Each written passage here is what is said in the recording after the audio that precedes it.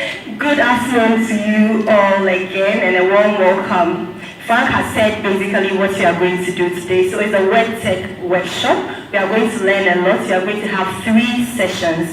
The first 2 sessions is going to target mostly those of you who would want to start events, businesses, or if you're already in business and you want to learn more, that session is for you. That is the first 2. And if you are single, you are looking to get married like me, I'm not married yet. If you are a groom or bride-to-be, then I tell you, the 3rd session is going to be of great interest to you. And we have some very resourced personalities who are going to lead us through various discussions. For the first sessions, we are going to have 3 resource persons who are going to talk to us on 3 main topics. First, we'll be discussing starting a $1 million business with low capital as low as 750 Ghana cedis. We'll also be talking about pursuing your dreams, breaking free from the corporate world, and overcoming challenges, as well as branding. So that is what the first session is going to be about. And to help us with the first session, talking about starting the $1 million business with 750 cedis, help me as we welcome the brain behind Megamax stage lighting and effects, Mr. George McLean. There he comes, Mr. George McLean. I believe he's a millionaire because he's going to talk to us about how to create a $1 million business. Pursuing your dreams and overcoming challenges in the corporate world. That is going to be taken by a very industrious young lady. She is the CEO of Lasers and More. So if you need the best lasers and fabrics here in Ghana, she is the person you are supposed to contact. She doesn't only deal in lasers, she is also a customer service and sales trainer at Sales Consult, which is also her business. And let me add that she was the overall best vendor at the Ayefro Inc. Awards 2017, none other than Miss Stella Njoku. Please let's welcome her. Stella, please join us. And finally, to take the 3rd topic for the first session, is our very own someone who loves to be described as handsome, sexy. I asked him, how should I introduce you? And he said handsome, sexy, and all of that. And I believe those of you who know him or have seen him can attest to that fact. The one, together with his team, who have brought us together in this place, that is the CEO of Ayefro Inc., Mr. Frank Adai Abwachi.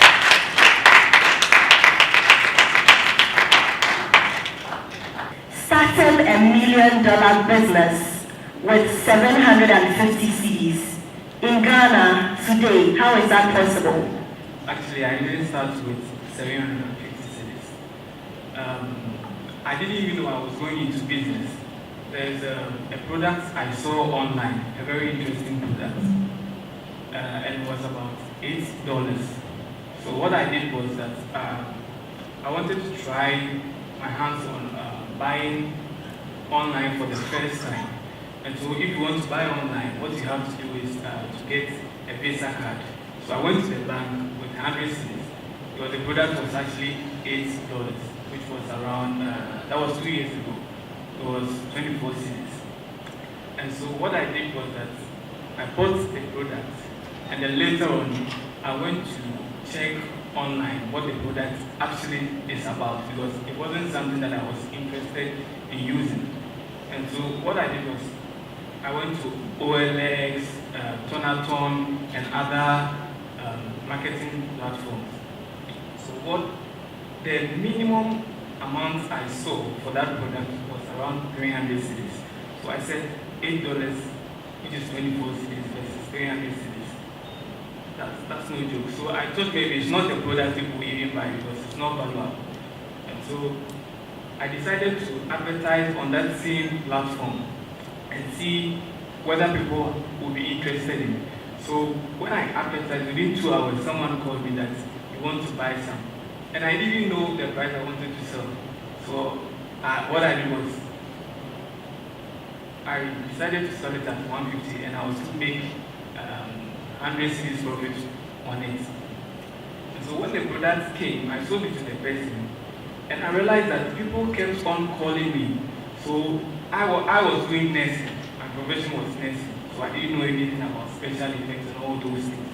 So what I did was, people started calling me, so the profit I made on the first purchase was, I invested into it, and then within a space of, let's say, 3 months, we made a profit of, let's say, 4,800.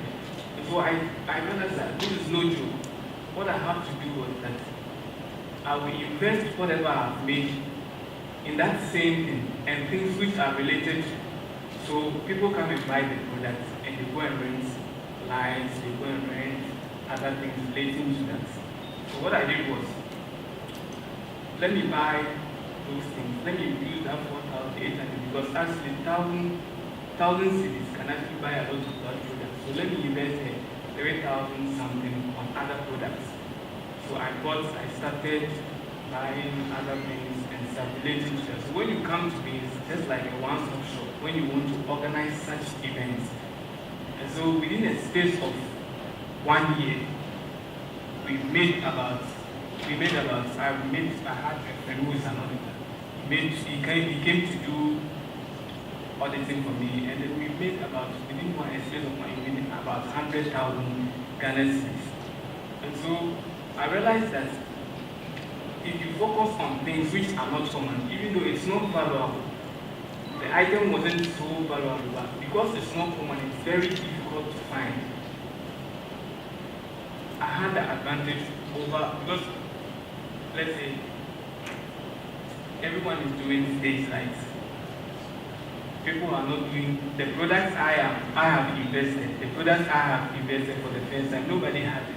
So I have the advantage. So being unique and going for the products which is not common or service which is not very common is the advantage you can use to start a business with a very low income. So awesome. So it means that even with the 750 cedis, you can make more than you made within a year. And so what are some other businesses that you think Ghanaians can, because there's a problem now, most people are out of school, no jobs, and they want to create their own businesses and yet no capital. So if you tell me I can start $1 million business with 750 cedis, maybe I can get 750 cedis from a family member or from a friend, which I can easily pay instead of going for a loan, then yes, I'll grab that. But then what are some of the businesses I can look at? Last year, I spoke to a lady. I was actually discussing with a lady concerning this business, wallpaper business, this room wallpaper and stuff. And then she told me, I have just 500 cedis. It's not possible for me to buy wallpaper. And I told her that, I have a supplier because I'm always looking for things which are not common here, looking for the best supplier with a low price. So I said I have a supplier who can give you wallpaper for 20 cedis. And here in Ghana, they sell it from 80 to let's say 150 cedis. And she said yes. And she said, how is it possible for me to sell it because I'm not into painting and stuff. So how is it possible for me to sell it? And I told her that, you can use social media. Are you on Facebook? Still, no Facebook, but the lady Facebook now download the social media. That's interesting. So the lady had no idea about social media. Now, last year, December, I went to her shop. Now, she's using the social media. I cannot mention her company's name on social media now. She's using other platforms on Instagram, social media, and other places. And she's making a lot of money. I went to her shop. She started with 500 cedis, and now she has a shop where she sells not only wallpaper, but room decor stuff. Yes. And the shop is so. When I got there, I was really surprised. And she told me she makes not less than 5,000 every month with 500 cedis. So what we have to do is that we search for the best supplier. You may not find it here in Ghana, But you can, what I use personally, is Alibaba. Sometimes I spend so much time on Alibaba looking for things which are not very common, relating to what I have. There are other things that we can do relating to what you are doing, which is not here. So when you become unique, you stand out and you make a lot of profit. How long have you been in business, George?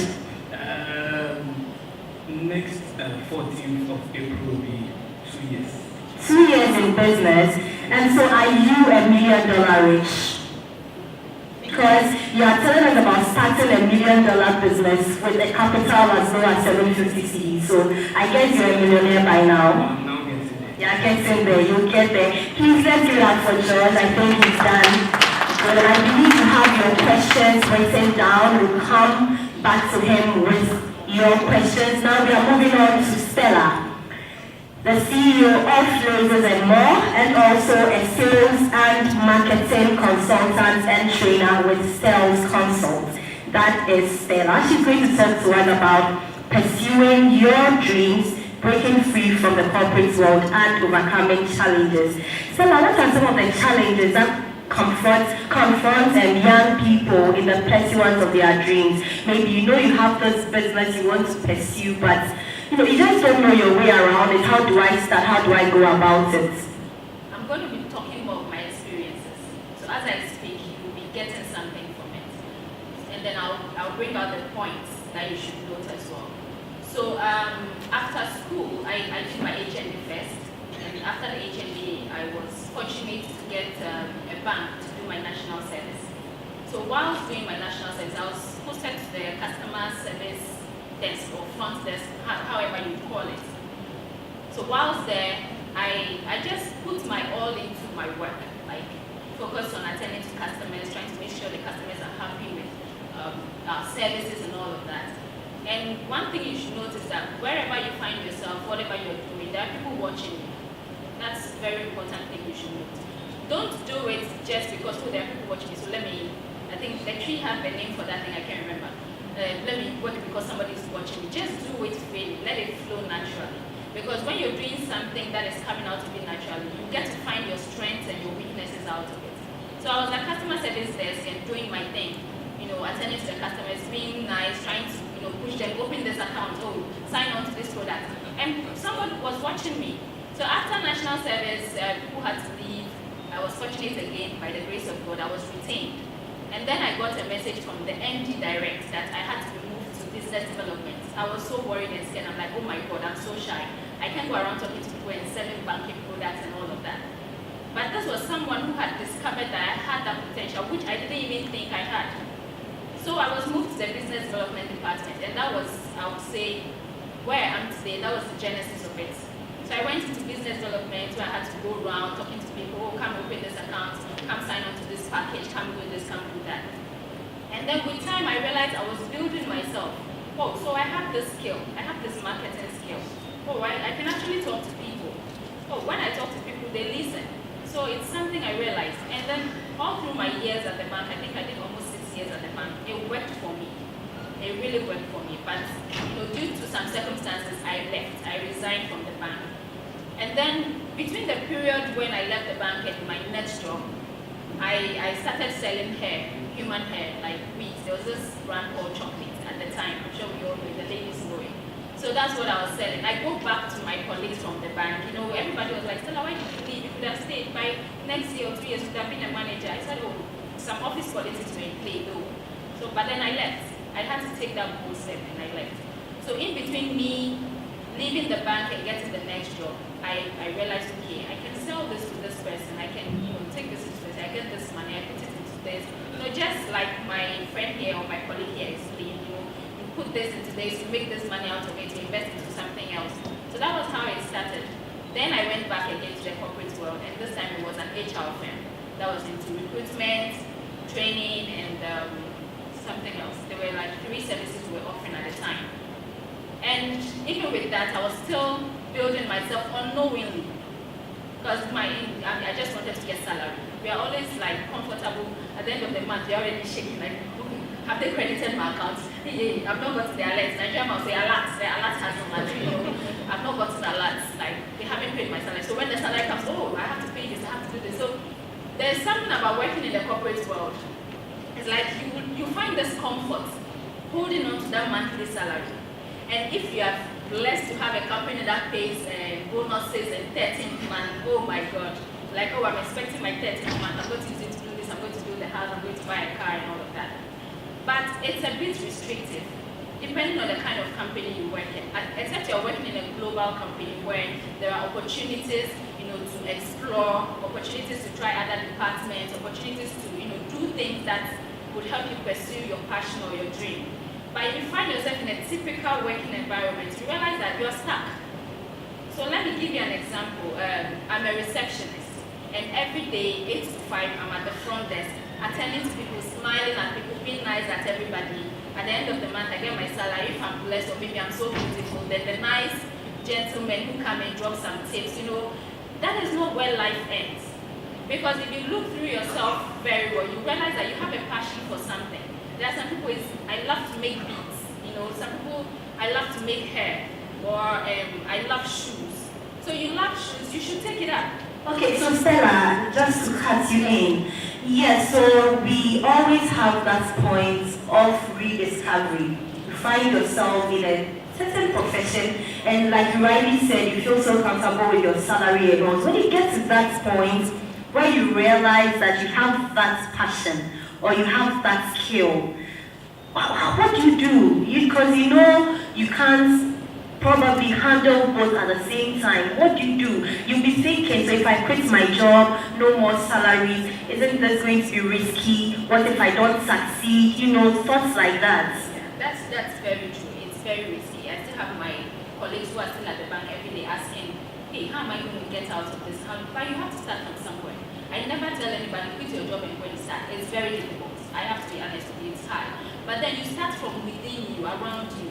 So you're working and probably let me use shoes again. Or is there anybody to something here that we can use as an example? So let's say the shoes.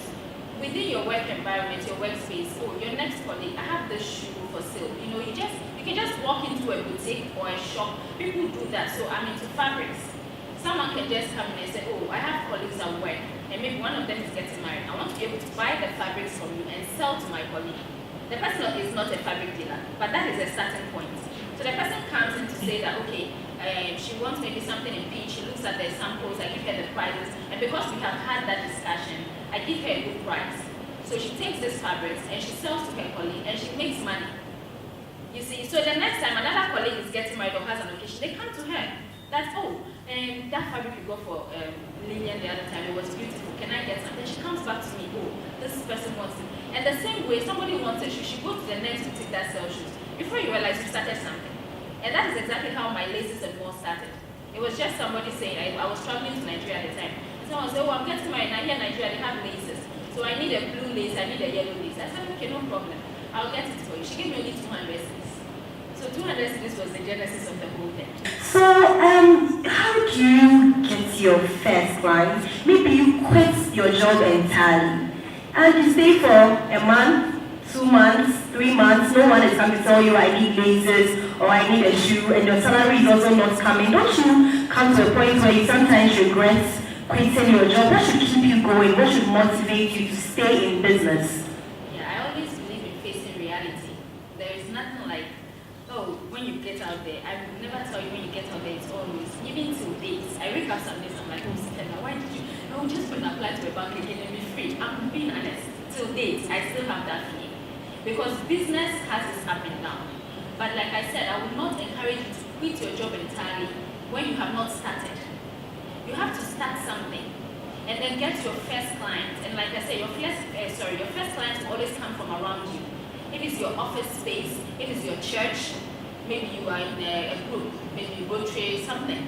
That is where you get your first client. You cannot start a business and go and get your clients in Kumasi from where you do to anybody. So you will always start from around you. But at the same time, going straight to a challenge. At the same time, you have to be very careful because those same people who are close to you will be the ones to bring down your business. I have to be very honest. They will be the ones to bring down your business. I had an issue like that. The first 4 months into my business, now I was already holding 7,000. So the business I started with 200. 4 months. she had taken fabrics from me. She's a designer. She had taken fabrics. I was so excited. Oh, this client wants this. I was like, yes, I have it. Like the whole, you see, there's always that anxiety, or should I say excitement, to want to sell something. Like when you make a sale, you're like, oh God, I'm grateful, those happy moments. And I was so happy, like, okay, yes, I have this. Okay, then we'll calculate everything. Oh, this 2,000. I'm like, yes.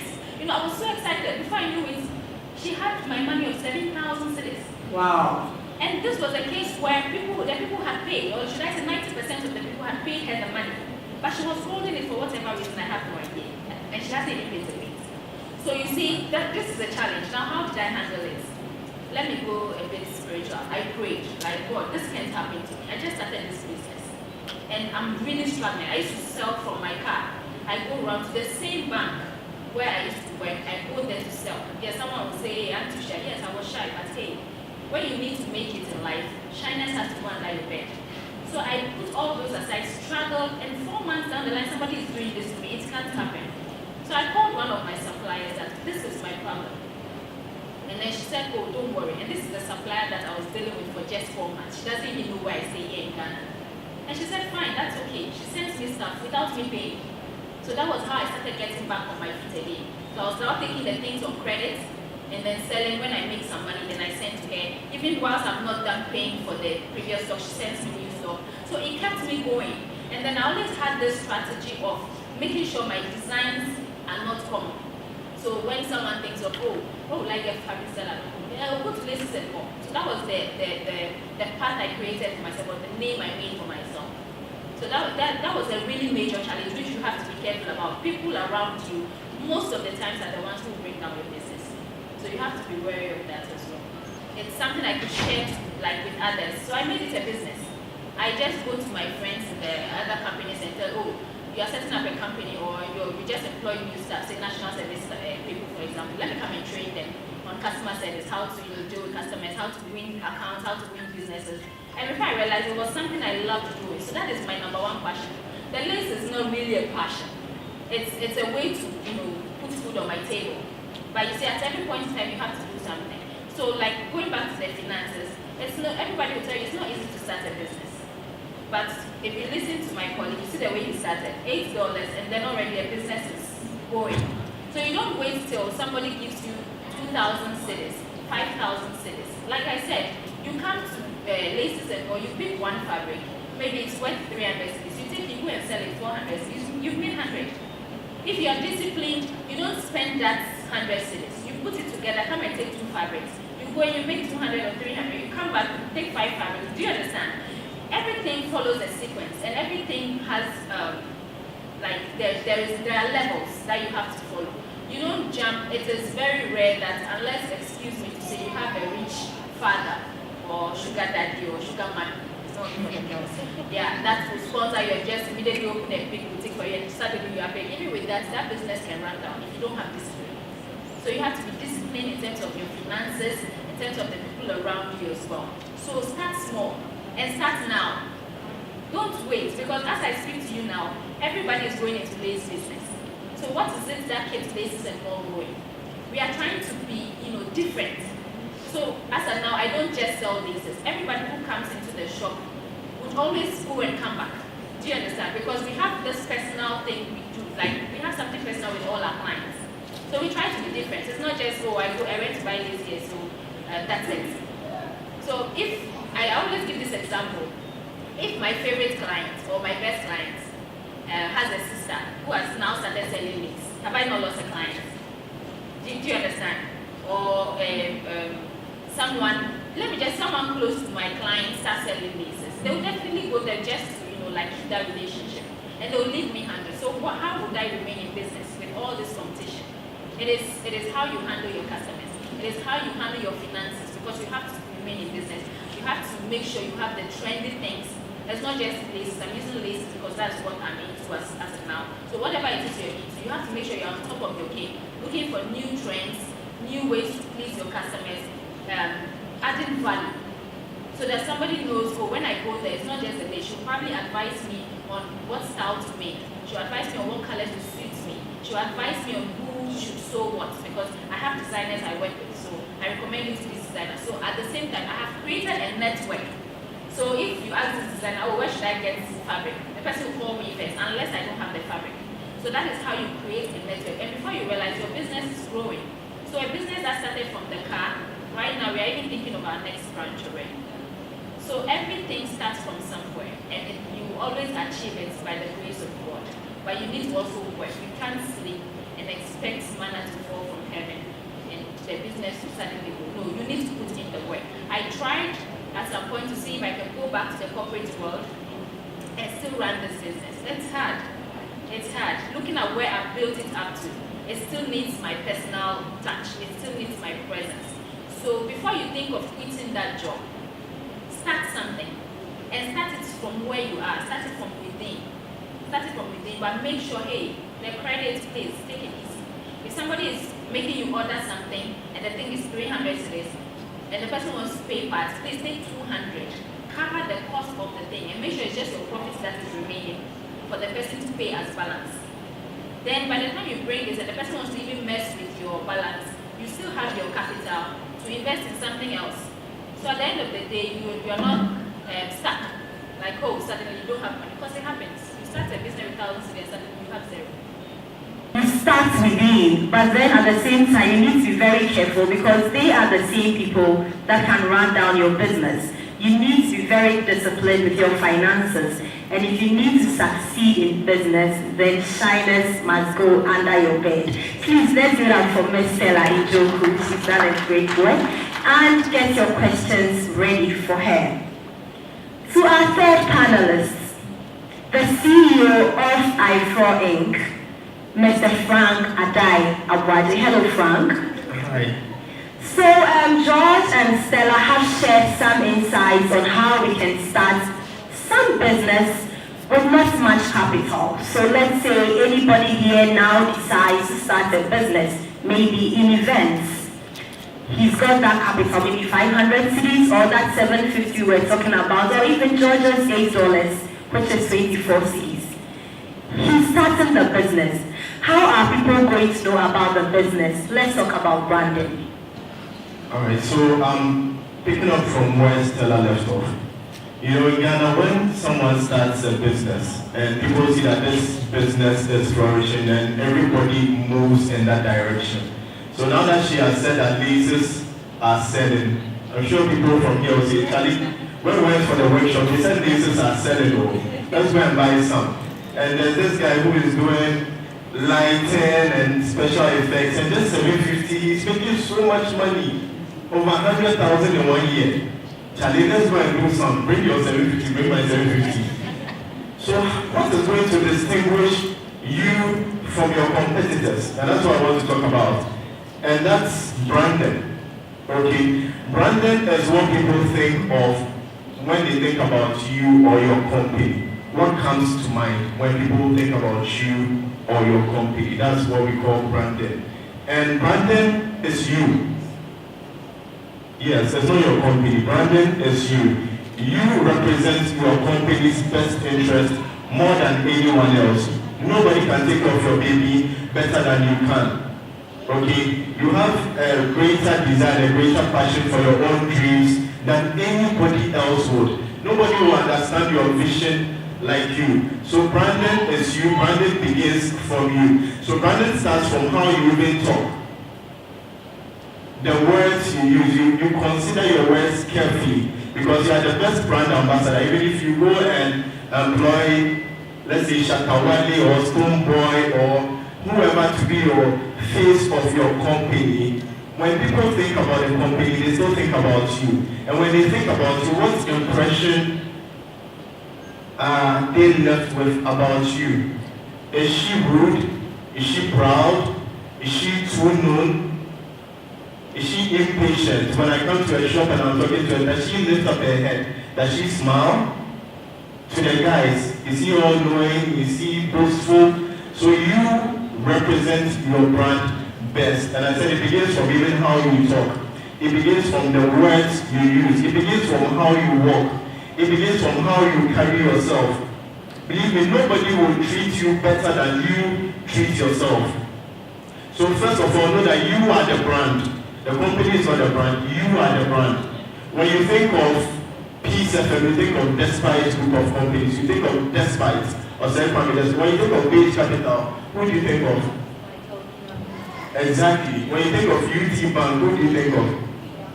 Meanwhile, there are over 5,000 employees of UT Bank. But when you think of UT Bank, you're not thinking of the teller necessarily. You are thinking about the person at the top that you know to be the face of UT Bank. When you think of GFA, you think of our GFA president. When you think of Ghana, you think of Nana Addo Dankwa Akufo-Addo. So when people think about your company or your business, whatever business it is, they are thinking about you.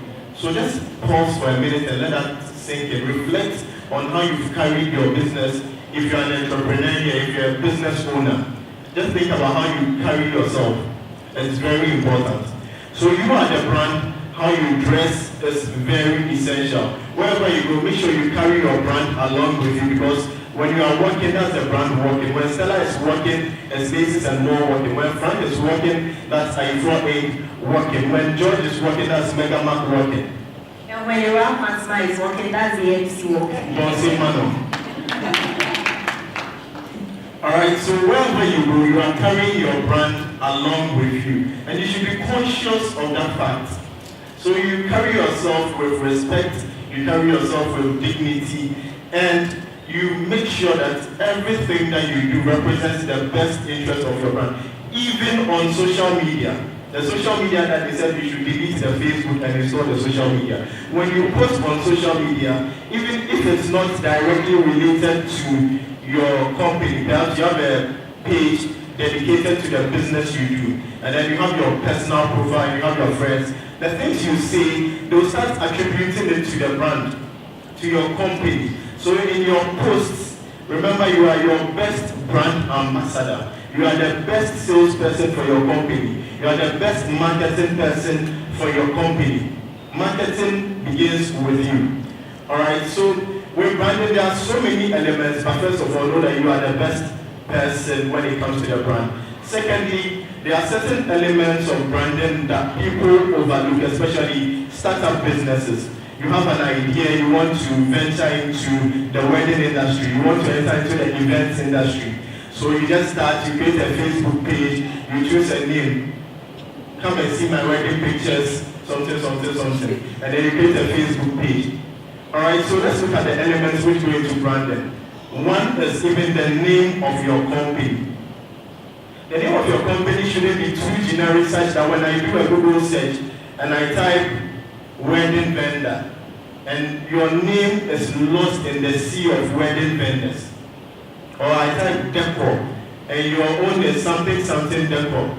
White carpet decor, red carpet decor, blue carpet decor. Everybody is using carpet decor. Or somebody uses white chalk, you say black chalk. Okay, somebody uses Laces and More. I know there is Laces and More, and there's another one which is very similar. So when you type Laces and More on Instagram, then it begins to get difficult to find that particular one, because you get about 6 or 60 different Laces and More. Laces and More Ghana, Laces and More Accra. Please be a little bit creative in the choice of name. That's why we chose Ayefro Inc. And the name you choose should also roll out of the tongue easily. It shouldn't be something which is too difficult to pronounce. Okay, so Queen Shaka, nice name. Erapansma, nice name. Megaman, nice name. It should be unique, such that people can remember.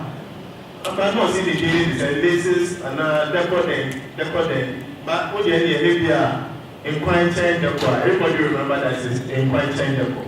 Alright, so the name that you choose is very important. And remember that if you want your product, your company, or your brand to be international, then it also needs to have international value. Okay, there are some words that when you pick in one locality means something totally different in another country. So you bear all these things in mind. So the name that you choose must be unique enough. It must be easy for people to pronounce it, that when they search on Facebook, Instagram, Twitter, Google searches, it can come up easily. Secondly, you need a logo. On our app, sometimes we look through the vendors and people's logos are cake. If your logo is cake, And that's, I will never remember your brand. I want to see a logo which imprints on me the first time I see it. So the choice of logo is very important. If you don't have a logo, see us when we close. We can help you design a very powerful logo which will communicate exactly what your company wants to communicate to your target market. So for our logo, when we do our presentation, you see the different stages that our logo came through. But your logo must be simple. Your logo must be memorable. Your logo must be unique. Your logo must be identifiable. Okay? And in choosing colors for your logo, it's also very important. The colors you use for your logo and for your corporate branding. It must be consistent. So if your logo is purple, in your corporate branding, your letterheads, your call cards, everything, try and incorporate those colors into it. Don't use too many colors. And at least have an eye for design. But if you can't do these things, we are here. We do all these things for our clients and our vendors as well. Okay, people mix red and green, black, NBC colors, MPP colors as part of their logo. Choose just 2 colors or at most 3 to represent your logo and your brand, which speaks well in every country. Colors have different meaning in every culture. In Ghana, black represents mourning, but in India, black represents purity. Okay, so in Ghana we say that, oh, white, wear white to weddings because white represents purity. But in other countries, white doesn't represent purity. So you must know what your brand is communicating.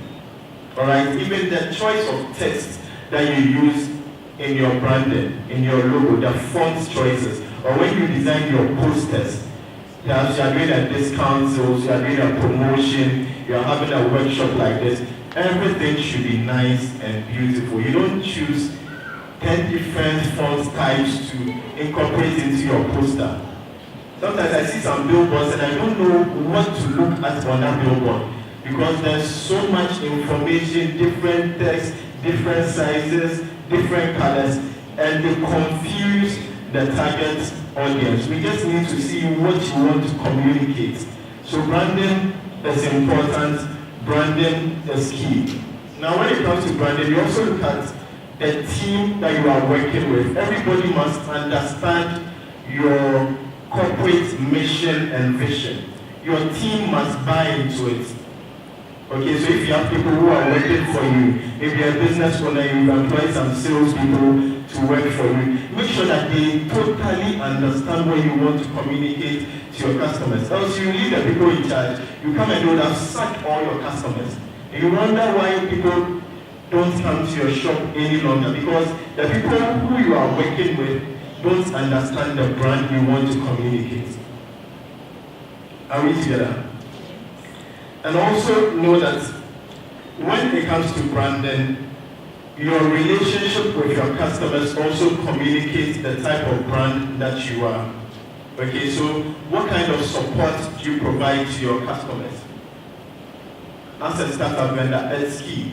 For example, if I'm going to download any app, or if I'm going to subscribe to any service anywhere in life, or if I'm going to open an account at any bank, if I'm going to buy anything online, what I first do is I go and check the complaints that people are making. And then I check to see, one, are the owners of the business responding to people's complaints? Because it means that if I also face challenges, nobody will mind me. So can you imagine if I order stuff from Laces and More or Megaman, and it's worth about 50,000 cedis, and the thing never arrives, and I'm calling and the person is not responding. Your response to customers' issues is key. It represents your brand. It tells people that you are serious about what you're doing. It's not just enough to set up a shop, set up a business, have a social media presence, and then when customers come and ask you, how much for this decor? Then there's no response. Sometimes I go on people's pages and I just look, and people will be asking, how much, how much, how much, how much, how much? No response. The ones that they respond privately to the customers, you see that this page responded privately, and I know that the person is hard at work. So support is key. And at Ayefro Inc., we believe in support. So when you download our app, you are having issues, we take the time to make sure that we assign somebody to you to help you resolve whatever issue it is. It is very key. We need to build customer intimacy. You need to let your customers think about you because there are so many other alternatives. There are so many options to choose from. So why should I choose you? It's because one, I'm comfortable with your product, the quality of service you deliver is excellent, and you respond when I have issues. Those things are key if you want to build a brand as a startup vendor. I want to know, apart from your appearance, the intangible aspects of branding, and then you coming to designing your poster and logo and all that, do LPMs, that is live presenter mentions on radio, TV, commercials, and other things like that, count as branding? And if they do, would you advise it for startups? As a startup, we are assuming that you don't have a lot of funds, okay? Money is a bit of a constraint to you. What I would say is, social media is the best way to start. But even with social media, you need to know how to communicate. Alright, you don't just post anything because it might drive people away. And sometimes you waste a lot of effort and time on social media when you need to go and actually find the clients and then do what you do best and let other people handle your social media for you. And radio, TV, they provide validation, but it doesn't necessarily translate into a return on your investment. Okay, so it's good to go on radio and TV because it sort of provides validation. People see your company out there. But after all that, when people see you on radio, they hear all the things you are saying on TV, and they call you. And after 3 rings, you don't pick. Or the call cuts, you don't call back. Then all the money you use in marketing and advertising goes down the drain. Because in the end, as I said, the brand is that soft skills that you need. And let me also add that with branding, you need to innovate because as a startup business, it's very competitive. Plus, the wedding industry, anybody can enter at any time. Today, anybody here who is a vendor, you can just leave here and decide that you are a decor person, create a social media page, and start advertising. The cost or the barriers to entry are relatively non-existent. Okay, anybody can just start selling lists. Anybody can just start selling stage. Anybody can call himself an MC because he's funny, he can talk, he has 1 or 2 dresses. You understand? So the barriers to entry are few. So you need to distinguish yourself from your competitors, and you need to always be on top of your game, like Stella said. You need to innovate. You need to get feedback from customers. How are they using your product? What are the challenges they are facing? How can you improve? Because ultimately, whatever service or whatever product you are delivering, there's a customer who will consume and give you money. So you always need to go back to the customer and find out what can be improved. And the person was coach, and this person is thinking about me. You understand? And that builds the customer loyalty and intimacy I was talking about. So I'll not necessarily recommend that you use a lot of money on TV or radio because as we are seated here, none of us is watching TV. So all the adverts which are playing right now are bypassing our heads. All the radio adverts, we are missing them. And because of our busy schedules, many of us don't really watch TV nowadays. The people you are looking for live online. Find them there, or find them wherever you need to find them. Like this workshop we've organized, so that we can find you people. So you've come, we found you. Thank you very much. So we had something on branding from Frank. Please let's applaud him. I believe you are ready with your questions. So it is time for questions. The microphone will be coming round. Somebody needs 2 yards of lace. I decided to buy, and I hear the government of Ghana is doing a project on laces. I hear most of the contract people are paid after or something. They don't just pay you. So I have this big contract, and I don't have the money. Should I go for a loan? It's quite a dicey situation, especially for a field that you are not very familiar with. Excuse me. So in this case, I would recommend that you partner with someone who is already in the business. right? So let's use the laces again as an example. You come to me and tell me, oh, you have this contract to supply laces. And obviously the government will not give you, they might not even give you mobilization fee to say, okay, take this, go and bring, when you supply it, we pay the balance. They'll say, go and bring it and then we pay. But because we all know that the government is an institution that will always pay. So based on that, we'll come to an agreement. So you talk to me that, okay, this is the package. I would use my own resources or connections to find out the validity of that particular contract. And then if it's something that is worth it, I would invest in it. Do you understand? So I would invest in it. It's not, you shouldn't go for a loan. The reason is this. Because it's not something you are very familiar with, you might make a mistake. You might end up with a supplier who give you the things at a very high price. And it comes, that period between when you supply and when you get paid, you might end up using all the money to settle that loan in terms of interest payment and all of that. So it's better you partner with someone you can trust who is already in that field. So it saves you all that drama and at the same time you are learning. Before we started, I was having a discussion with Makasa, and I'm happy she's asked this question. And you know, it happens several times. So yes, I'm not going for the loan, selling the ladies, becoming a big name, maybe even taking some of your clients. You have that idea. So is it, sometimes you don't even feel comfortable giving out your things to someone, or me on the other hand, who is going to start a business, feeling too good, coming to approach you, who is already in business, because of that idea. Because if later I'm successful at it, you're going to feel that, oh, Kenya, if I wasn't the one, she wouldn't even find her footing, and all those things that we Ghanaians do and say. It plays both ways. So let's look at the points where you're like, oh, I don't want to go and approach Stella, because she'll think when I make it, she'll say it's not for her, right? It's a normal African thinking. But look at it from this angle. You go and take a loan, or you ask a friend for money, and you do this business, you don't have experience, and then it goes sideways. Is that going to make you feel better because you did not approach Stella? I am a professional in what I do. Let me use that term. Do you understand? I have friends, close friends, who come and say the Holy Spirit revealed to them that they should start selling pieces. I'm being honest. What should I say? No, that Holy Spirit is lying to you. I can't stop you from doing it. Because if I say no, don't, it's a business opportunity for me. Hello. Come. Yes, we'll sit down and look at it. Okay, these are samples of the new designs coming. Which one do you like? I'll give you wholesale price. I have people who come to buy it from me to sell. Do you understand? I am not, maybe it's an individual thing. I don't for once think that, hey, this person will get better than me. No. And you can't take my customer from me. I have my strategies. Like I said, the only way maybe a customer will leave me is if the customer's close person starts selling fabrics. But I know how I handle my customers. Let me give you they call it what, expo, right? Like when you're writing exam, you have the extra thing there. Let me just give you this tidbit. To keep a client, right, it requires a lot of work. But sometimes it can be very simple. I don't always have everything my client wants. But then a client can reach out to me and send me a picture from someone else's page that said, I want this same piece.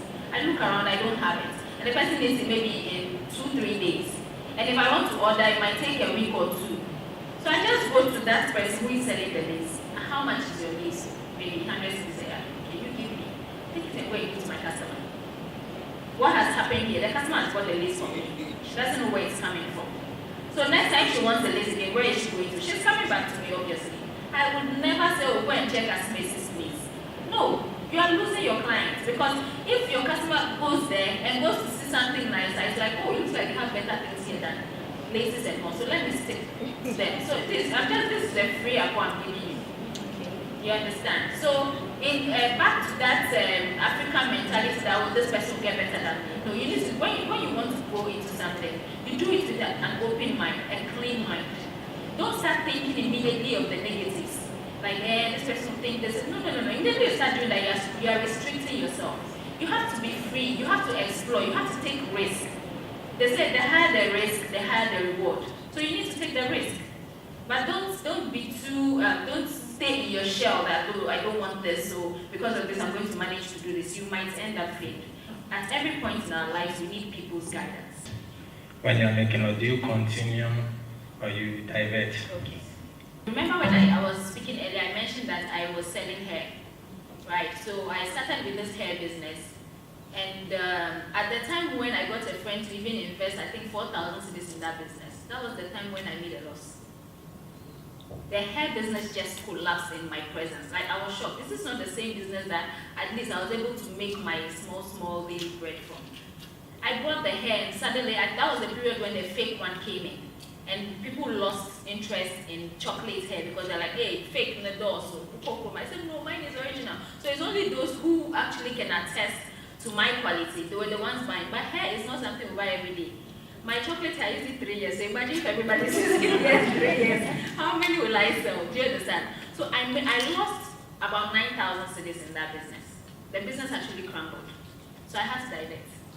So that was when I went into the lace thing. Do you understand? So the thing is, the challenges will come, the failures will come, but what you learn from it is what matters, and how you're able to come out of it, and how you're able to quickly move into something else. So those are the things that matters.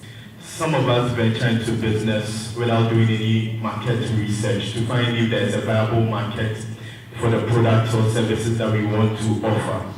So, like I said earlier, most people just follow blindly what other people are doing. Or people get a brilliant idea, but they don't take time to research to know if the market is real or it's just in their heads. Sometimes when we get an idea, we start dreaming of the millions we are going to make. But we need to find out if people are willing to actually spend money on the ideas that we want to pursue. And if you realize that you are doing a business where there's no real market or the profit in it is so small, there's nothing wrong with quitting. Because you'll be using more money trying to revive dead customers, get new customers, advertise. And sometimes when you realize the thing is just not working, perhaps it's not the right time. Maybe you can try it at another time. But especially if you realize that you didn't do any research at all to find out what people think about the product or what they think about your pricing. Sometimes it's failing just because of your pricing or the location. For example, if you come to this place in airport and you have a brilliant idea that nobody sells beans and cocoa in airport, so you want to be the first person, so you make a lot of money because people like Kobe, okay? You'll be amazed that you wouldn't sell anything. And then you come and ask, why didn't I find out why people don't even sell beans and cocoa here in the first place? You understand? So you need to do your market research before you even venture out into your business. And when you realize that it's not the right place or the right time or the right price, you can change any of those dynamics. Thank you. None of you made mention of timelines. How important are timelines? If I'm starting a business, I need to know maybe within a year, within 6 months, I should be able to either recoup my capital or within 6 months, the business should move another stage. For instance, if I'm also working in the corporate world, do I have to give myself timelines maybe within 3 years? I should either move out of the corporate world or I should, develop my business while still in the corporate world. And then also secondly, with branding, when it's a product you are serving, that one is different because people easily see it. But if I'm offering a service, for instance, I offer professional waiters, people don't see it. How to convince people that, okay, this is what I offer at weddings is sometimes very difficult. How do I go about it, especially if the things are not tangible for people to see? You are in a corporate environment already, and you start something small. So I don't want to limit us to buying and selling. It could be services. So let's assume you're already in a corporate world, you're in a bank, and then you have a camera that you've been renting out to people. So definitely you should have a timeline. So you invested $10,000. I hear the cameras are very expensive these days. So let me say $5,000 into purchasing a camera. So assuming that money wasn't yours, like the initial investment, you should be able to give yourself a period that within 6 months, I should be able to make back that $5,000 to pay whoever loaned me that money or wherever I got that money from. Timelines are important because if you are not careful, you end up being in a business for a long time and you can't really account for it. You can't tell whether you're even making a profit. So if you want to do the manual way, you have a book where maybe you record everything. still using the services. Okay, this week I rented to 2 people. This is how much I made. What costs did I incur in renting this thing out? And those things you should be able to have like an amateur kind of accounting that's you look at. So based on that, you can tell maybe in 6 months, are you able to recoup your initial investments? Recouping the initial investment is very important. So back to my case, what I did was within 3 months, I think I had maybe, I can't quantify because I don't know, what's the word for maybe 20 times or 30 times my initial investment, right? So because it's a buying and selling thing, it's like your money is always moving. You hardly have cash down and say, okay, this is my initial investment, so I'm putting it aside. I started with 200, I can go and put 200 and say, that is my initial investment, so let's lie there somewhere. You keep, rolling in your money. So at every point in time, the money is working for you. But at the back of your mind, you should be able to have a total, an understanding of how much you have, not necessarily in physical cash, but in investment. So if it's a camera, you know how much that camera costs. So that is your investment. So that if push comes to shove, you're selling that camera, you know how much you're making out of it. By then, you've already made some money. So timelines are important. So you're working in a corporate environment. You can give yourself 1 year. That, okay, within a year, I should be able to make X amount. So that if I want to come out of the corporate world, the business should have been at a certain level where I can find a balance outside the corporate world. Like I said, it's not easy just coming out of the corporate world and starting a business. Sometimes you sit in, pushing yourself with those salaries a bit whilst you're building the business. So maybe in a year, you know that, okay, my business has started with 500, I now have like 10,000. So it means with the 10,000, I can rent a shop with maybe 3,000, stock the shop, and now I can go and manage that shop. Do you understand? So you're not just getting out of the corporate world and then just going straight into, no, you have to give yourself a period. So it's a personal thing.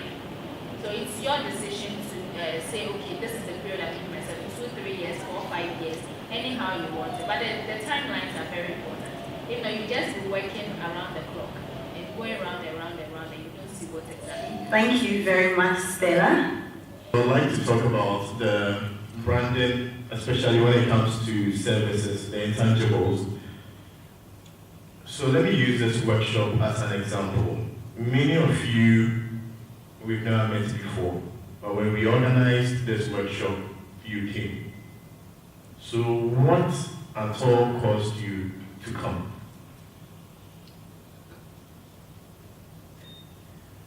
So the point I'm trying to make is, I haven't seen you, but you were comfortable, some of you were comfortable sending money through mobile money, right? You hadn't seen the face behind, you didn't know where the person lived, but you sent your money to us. That's because we communicated in a certain way, which to you felt very professional, which to you felt like we were serious people, and it's worth your time leaving your picnics to come here. You understand? Many times when people see us, they are shocked. Are you the people? Because on phone, our mannerisms, we elude courteousness. Okay, we are polite. When you call us, we are sweet, we are nice. You understand? When you need assistance, we will provide you the assistance. People had to call to cancel because of 1 or 2 issues. We refunded the money back to them. You have to be a person of integrity. There are certain small things that people will be looking out for. Also, if you've done at least one job before, let people testify about what you've done. So if you have a social media page, you can let people review your page or your products.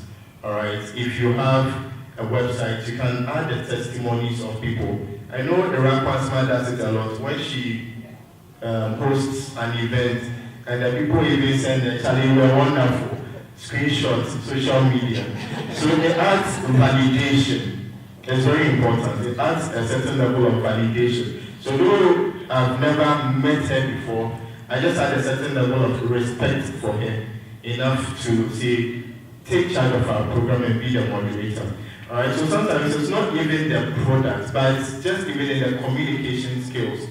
Alright, and then sometimes you also have to partner, especially if you are now going to get your first contract. You need to partner with certain brands that you yourself respect or you would like to reach where they've gotten to. So you are an ushering company. There are event planners who are doing really good jobs out there. You can tell them, and there are people around here who are also event planners. That's why during the networking session, you need to reach out and talk to people. Find out if they have the same objectives and goals as you. Talk to them and partner. Oh, here's my call card. If you have a wedding and you need ushers, kindly contact us. So you build your networks and relationships that way. I hope you understand me. And then you should also be very determined, okay? Because last week I spoke to one ushering company, and the person is a very young lady, but since she started last year till date, she's had over 50 events. Like every week there's an event for her. And just talking to the person, I realized the person is one very disciplined. The person is serious about the work. The person is interested in growing her brand. Okay, so just that small conversation, I realized the person is a determined person. So sometimes you may be now looking for your first customer. Be determined. If they reject, if you say, oh, would you need ushers? Sometimes when we post on social media that we are having an event, maybe our awards night or fair or anything, then some of these ushering companies call us. Would you require ushers for your event? We say no. They will never stop calling. Have you thought about it? Have you changed your mind? Can we come and do something? Any event, they will call you. They are persistent enough. So those people stick in your mind. It shows you that those people are determined. You understand? So be determined, partner with the right people, your phone mannerisms, when you meet people, how you talk to them, you shake their hands, you look them in the eye, you smile, you are friendly. All these things will help to sell your brand, okay? In marketing, there's something called the 4 Ps. That's for products. When you are selling a product, you have the price, product, promotion, and the place. I believe most of us know. And when it comes to the services, the intangibles, we have the people, the team, you yourself, the physical evidence. When I see you, how are you dressed, Charlie? How are you dressed? It will give me that degree of confidence to know whether I want to work with you or not. Thank you. I think you have to let people know what you are into. If people mention your name, let's say ladies in home, you know that you are into ladies, you provide excellence. And then you also have to capitalize on the weakness of your competitors. It's very important. If, let's say we are all into decor, this person always does this same design. You also have to bring something new. You don't have to always look at what people are doing. And so I think if you do that, it will make you excel and become great in whatever you do. Thank you. Finally, I would look at your person, you as an individual. When you're venturing into something new, you shouldn't immediately start comparing yourself to other people. Try to be unique. Don't look at, okay, like he just said, this person is doing this, so I have to do the same thing. No, try to be unique, try to be different. Also, you don't strive to be a perfectionist. Everybody makes mistakes, and it's okay to make mistakes. If every day we keep making mistakes, we learn from the mistake. That's what is important. There is no one who is a perfectionist. Perfectionists, they always fail, to be honest, they do fail. So just give yourself room to learn. And thirdly, don't worry too much about what other people think about you or your business. You only worry about your customers, pleasing them. If you're worried about, an example with myself, my colleagues from the bank think that I'm not a late seller, this kind of thing. I did my MBA just 2 years ago. 2016 was when I graduated. And even my own mother said, so all these certificates, you are still learning shop. So don't worry too much about what people think. You know what you are heading towards, you know what you're aiming to achieve. So once you are on that right path, just follow it. And then also, don't be afraid of failing.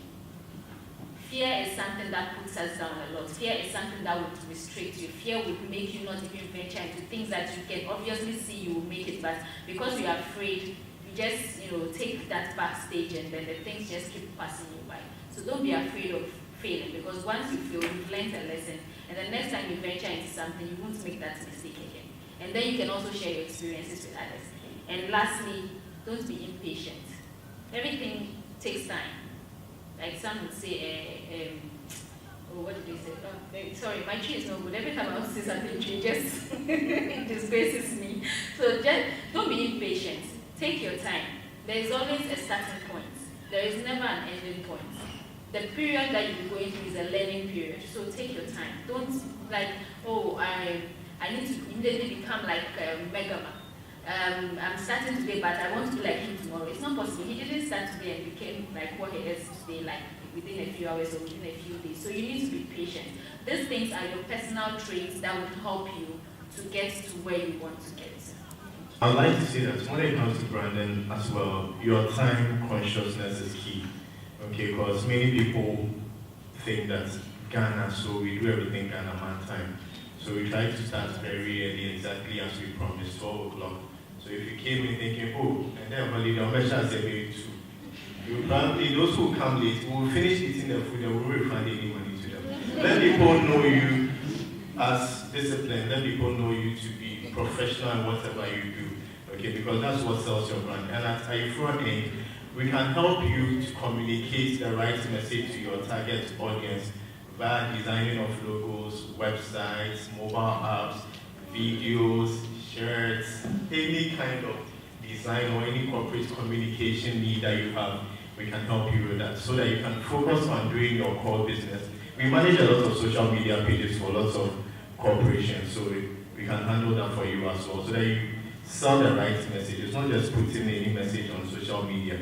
Thank you. So we had Mr. George McLean Donko, CEO of Megamark Stage Lighting and Effects, talking to us about starting a business with low capital as low as 750 cedis.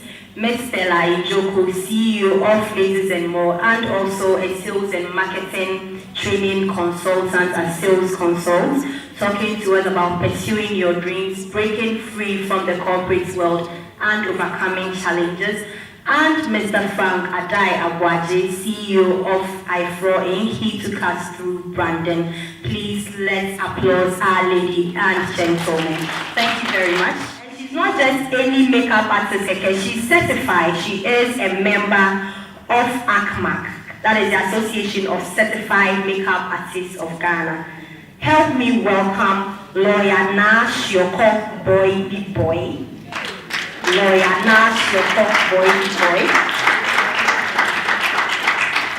And we are going to talk about decor. So you offer decor services or any other event-related service, and yet you are a mother. You have a husband, you have a mother. How do you balance it? How do you juggle between the two? We're going to talk about achieving excellence in decor as a family woman, and that is going to be taken by the brain behind Murphy Events, that is Mrs. Nora Williams Kufalo. Mrs. Nora Williams Kufalo of Murphy Events. So let me start with you, Lawyer Na. How long have you been a makeup artist? Okay, thank you. Hello, everybody. Okay, so professionally, I've been doing it for about 3 years now. And I say professionally because I'm already a lawyer, which was like my first career, and I've done it for a while. So, I did makeup artistry I wasn't too sure whether it was something I wanted to add or. So you were a lawyer before. So if you had such respectable profession as a lawyer, why then did you want to add makeup? Well, I think makeup artistry is equally respectable. Let me just say that, but. Personally, and that's why I say professionally, because I've been doing it longer than, actually seeing it as a career. So I've done it for maybe 6 to 7 years before 3 years ago, I decided to really take it seriously. For me, it was more of a hobby from the beginning, something I like to do, I like to dress people up. and things like that. I have a lot of like friends and then like sisters, so they are always my first. I always want to make them look good. So that's how I, became very interested in makeup artistry. I never really thought it was something I wanted to take seriously from the beginning. I was wondering how much money was I going to get out of it, and things. And especially combining it with what I was already doing. I didn't really think it was a perfect fit, the two, how was I going to combine? But then I realized that makeup artistry in Ghana has revolutionized. It's different from before makeup artistry, everybody would say your face is like some your face or something. We had all sorts of things. And so it wasn't something that you want to really, go into it and really take it as a career. But you can see that now makeup artistry is not what it used to be. Every day there are different things coming up, and there's more to explore in the industry than even what people are actually, doing. This is actually a little fraction that people are actually into. So there's so many opportunities and I decided just 3 years ago to just, let me try and see how I can fit it. And it's had its challenges, I wouldn't lie, but it's been very rewarding, and I haven't regretted taking that step at all. You are a lawyer and you work with a firm, and then you're into makeup. So if you have a client, if for an engagement or a wedding or for any other event, and at the same time you're supposed to be at the office, how do you do it? A lot of the things I'm talking about are what I did personally. So it may not necessarily work for somebody else, but I think that you may pick one or two things from it. So what I personally did was that I used to work with a law firm. Okay. And that's one of the changes I had to make when I was deciding to add makeup artistry. Sometimes you have to really take the hard decisions and know that it will pay off. So what I did was I used to work with a law firm that had terrible work hours. Like I used to work at 12 midnight, get home at 1, and the next Friday, the next morning, early morning, I'm going to dress somebody up. It was a bit, much. So what I did was I had to make a decision one day and say, how am I going to fit all of this in this 24 hours I have or 7 days a week, and stuff like that. So I had to do a lot of restructuring. When I was working in the law firm, one of the things that I had that worked for me was I had a period. So we had a period that would go on break, like 3 months break. And so during that period, I capitalized on it and take almost all my bookings around that time, because I didn't want to overburden myself, So that was one of the things. But of course, like I said, sometimes you're working late, even trying, and it's not like during that break you don't go to work. You go to work, but it's a bit relaxed. So I used to have all that. It's like the whole year you are tired. It's like every day there's something. And so it was, I had to one day wake up and tell myself that no, I had to either look for a job that had flexible hours, which I could combine this, and add on. So I left private practice and then joined a corporate, company, which for me was more comfortable because I had a structured work hours. I had some leave days, I had a way of fitting everything else I do. Another thing that you need to do is you need to partner. You can't survive in this, joining two hectic professions without partnering with people.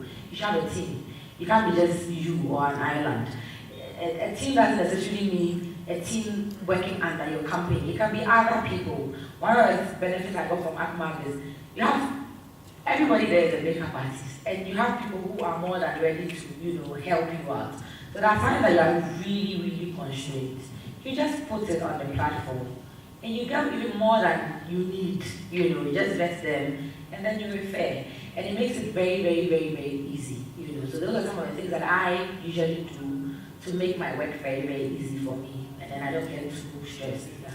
You just change jobs from private practice to join a company, so you have flexible working hours. And I think now it is very common to see so many people juggling between two professions. We usually hear it's not easy to survive with one job, blah, blah, blah.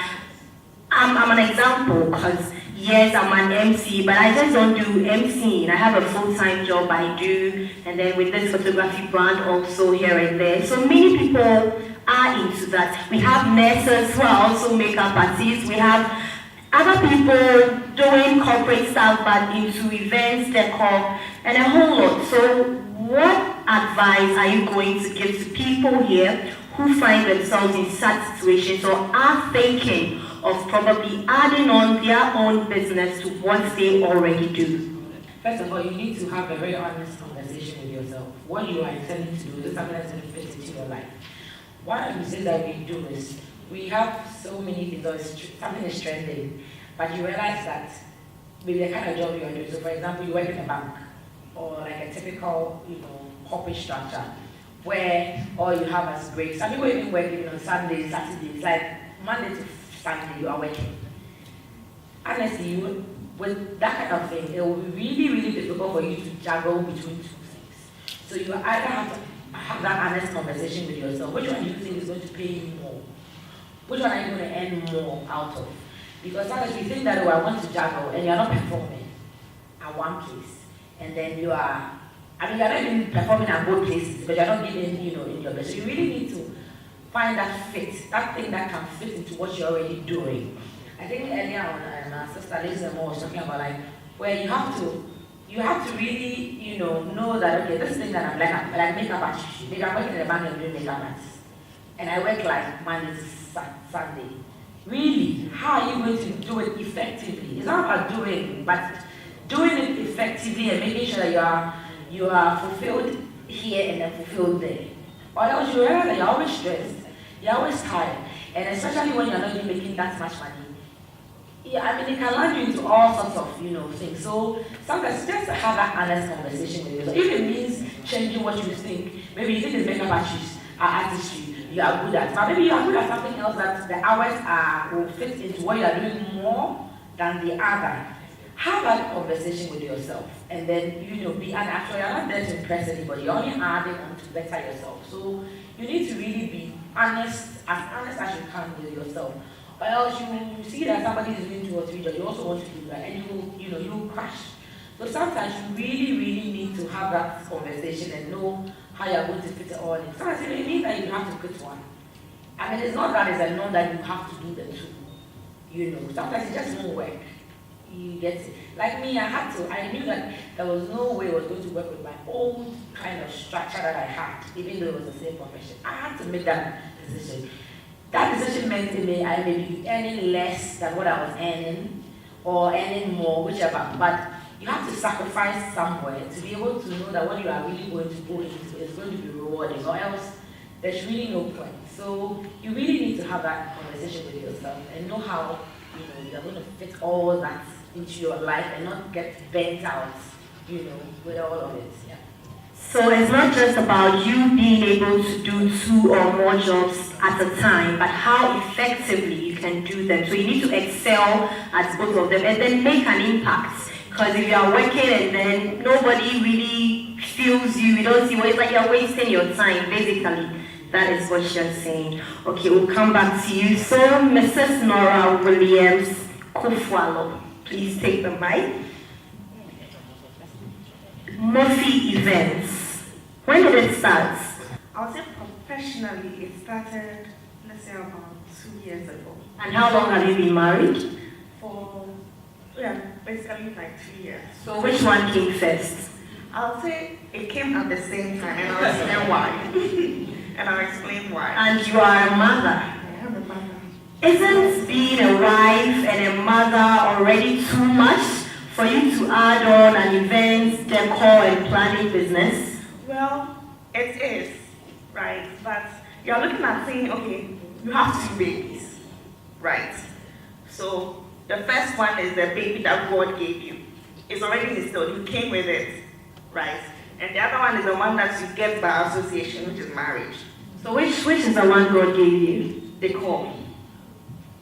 And okay, let me start with how it all started. So I believe we all have seeds, planted within us. And it's about discovering which seed works for you. And mine, yours was the makeup artistry, others was laces and more, maybe the art of marketing. Mine was the call. But then the funny thing is that I didn't even know that it was my passion until I was told. So sometimes it's possible to have something you are good at and you will not know that it's something you are good at. I was working in a bank, and I was actually doing my service. I think I was the first person to retire because I actually wrote that I'm leaving. I wrote a letter that I'm leaving my national service. Yeah, I wrote a letter about 6 months into it that I'm leaving it. Then, when I came out, I was struggling. I didn't know what to do. But then I found myself, I'm always, doing DIY projects, that's like doing it yourself projects. You see that I'm organizing something, I'm doing this, I'm switching this. People will come, my parents will go, they will come back, like, this one was here, it's been moved to another place. Like, I feel like it's much better at this place, So it started like that. Then my husband now, who was then my boyfriend, came to visit me, and he liked what I had done in my apartment. So he was like, why don't I take it up? And I said, no, I don't see it as something that I would want to do. I mean, how can I be profit from what I'm been doing in the first place? But he was like, I think you should. Obviously, I discarded it until I moved into an estate. So I moved into a German estate. And one day, with this estate, they have rounds that, once in a while, they'll come and see if everything is okay. So the secretary came in, and she stopped in her tracks when she came to my house. I didn't ask her why, but then I was worried, like, hey, have I broken any rule? So she left, then some few minutes later, the estate manager called me. And she was like, Nora. So when she called me, my heart skipped a bit, because I was like, wow, am I in trouble? She was like, I've heard you've done a fantastic job with your apartment. Is it okay if I come over and come and see what you've done? And I was like, okay. So she came over, and she was so excited. She saw, let's say, a glass. And she was like, where did you buy this? And I was like, actually, I didn't buy it. I made it myself. And she was like, are you serious? I'm like, yeah, I made it myself. And she was like, do you mind? We have a showroom. It was Regimano Katamaso branch. Do you mind if you come and, do a setup of what you've done here in our showroom? So that when people come and they want to have an idea of where to put their stuff, they can see what you've done. And I was like, okay. So then I put myself that it became a challenge because then I was not doing anything. I was still struggling with what I wanted to do. So I put it to a test. After that, I was satisfied with the results. I was like, wow, maybe I can really do this. Then my wedding time started drawing closer. And my husband gave me a challenge. He was like, Nora, initially he was like, we are not paying for any event planner. You are planning this wedding yourself. And I was like, hey, what do you want to do to me? That's what I'm saying, it started on the same day. And I had an auntie then, she's even here, I just saw her. So we went to see her because she has more experience in the job. So we went to see her, then I put my vision on board. That this and this and this is what I wanted to do, or this is how I wanted everything to come out. So then I had a plan. Then I started buying some of the things that I think I'll need a little here and there. So she also came in, so you're just imagining you're planning your wedding and everything, the stress of everything is on you because you want a certain vision put to you. So my sister said something that you can't do it alone. You're not an island, so you have to bring somebody on board to help you. So that's why I went to see her. Then we were able to put something beautiful together. So then I had people call me and they were like, oh, are you the one? I was like, yeah, I put something together, I put my vision to board, I had help, and we were able to put it together. But before then, I was doing parties for it was actually like family members. Sometimes, like I said, you don't know that that's your passion until you actually get to do it. My dad's birthday, I organized something, then his friends would have a good time. So then his friends will ask, who organized this thing? My daughter did, can you come and do something similar for us? My friends, can you come and do something similar for us? I was like, maybe I need to, So then that's when it started. Then I got my first opportunity. That was like the money, coming in, And I was like, okay, let me just try. So that one I did it on very low budget. So it was like more or less like a pro bono season, where you do it with not much, but you just have to make it work. And I did it, and the results were amazing. They loved it. It's like, okay, let's move from there. So that's how, Mofi came to be. And for those who are wondering what Mofi is actually most outstanding feng shui in events.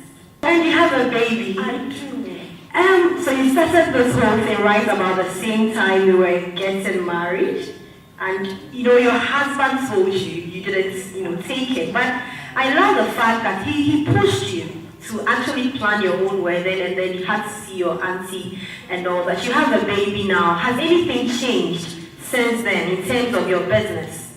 Okay, definitely you will see some differences, but there's one thing that I noticed, right? And there are more similarities in having a baby and working. Most people, we can have it all as women. You know, sometimes men feel like they have power, you know, because they don't go through the stress we go through, so they keep climbing the board. You know, they climb the ladder, but we can also do it too, I believe. You know, and I have managed to make it work. And I go by what I call the 3 Ps. The 3 Ps are basically planning. Planning is one. Then the second P, so you see this, that's like my mother brain and my work brain. The reason why I say that there can always be a blend is that the information you get, you know, in your job, you can always pass it on to your work, like to your applying to your baby. So we can jump start to planning. This is what I already talked about in the passion. I believe this is my mission statement. If you don't enjoy what you are doing, stop doing it. It's not by force. Nobody will kill you. Once you don't enjoy it, stop doing it. And this is a Rubik's Cube. Most of us see this, people selling this in traffic. And I believe it's one of the games that is very difficult to do. It's a game that demands a lot of critical thinking. And I believe that's exactly what you have to be doing as a mother to make it work. One thing I do, you have to lead at home and lead at work. You have to know that the skill set is no different. You are taking charge at work. You have to take charge at home. And it's all about strategy. How do I balance it all? Strategy. I have a plan. So on days I know I have a busy day when I have an event to plan. Because those things can even take like a whole day. Sometimes we go very early in the morning. Sometimes I leave home like 3 a.m. and I get back like 10 p.m. And I have to leave my baby with someone, or there are days I need to take him along because there's nobody to take care of him. How do I go about it? One, this baby has been with me, you know, even in my 8 months of pregnancy, I was working. So he already knows what his mom is doing. So I have a plan. Okay, so if I'm doing something, I have somebody who is in place to take care of my baby. So that if there's anything, I just come into, you know, so that's how I put in the finishing touches to whatever I have to do. And I believe that for those who have grown children, you have to expose your children to parts of your work so that they understand you better. You know, so they are going somebody, oh, honey, I'm going to work, so I'm going to bring in money. When I come back, we'll have time. Let your child know. Children, we underestimate them, and I think they are really sharp. You know, they really know what, if you explain to them, they'll get it. And another thing is that you have to plan for emergencies. You can't have a perfect plan. There are times there was a time when my baby was 3 months old, and I left him with my mother-in-law. I had pumped for a week, and on that day, that I had the event, he decided to bring all the breast milk I had expressed. So then, there was no, and I was doing exclusive. So then I had to leave what I was doing, because I was planning someone's wedding. I was at the wedding venue, and work was ongoing. But then I had to leave and go. It was an emergency. You know, that's something, 2 babies, but you have to. That's where the structures are in place. I wouldn't feel confident to leave if I didn't have a structure in place. I did have a structure in place, which I'll come to, that's my team. So I was able to leave. And another thing is that do make good use of your available time when you have it. Because the times that babies are asleep or the times that he is busy, those are the times I used to get my work done. You know, it's sometimes can be stressful, you know, but you have to do it. Think about when he's waking or he's awake and you can't do anything because then he's all over the place and you have to make time for him. So that's the time you have to also maximize and make good use of your time. And another thing is also plan for yourself. You're a mother, you're working. Sometimes it's stressful. Plan to make time for yourself. My husband and I have something we call Mommy Tuesday. So Mommy Tuesday is when he tries as much as possible to come back from work very early. Then he can give me at least 3 hours. I decided to stay home, not do anything, just take care of my child because of the experiences I've had I've had with nannies these days and how they handle children. So I didn't want that experience. Like I said, it's a personal decision, you know, but that's what I decided to do, to stay home and take care of my child. So he comes home, then he gives me 3 hours. I need to go and sleep or do whatever I have to do so that he can take charge. And the next thing I want to do is partnership. Partnership is just building a strong team. Value people. The people you choose, or the people who stand by you, and the people who can move you. And a good team, I say, is something that always saves time. A good team can be your life partner. And by choosing your life partner, in my case, he helped me identify what I wanted to do. Because I was just wasting away, let me put it that way. I didn't know what I wanted to do. He helped me. So he understood. One, if you have pushed me into this, career, then I believe you should be able to stand the pressures that comes with it. Do you understand? So your life partner is very critical when it comes to what you do. Even though it's the core, I want to just generalize it. Get someone or be with someone who understands what you do. Have a conversation with them. And also in the core aspect, it's not a one-man thing. You need a team. You also have to make sure that your team is on the same page.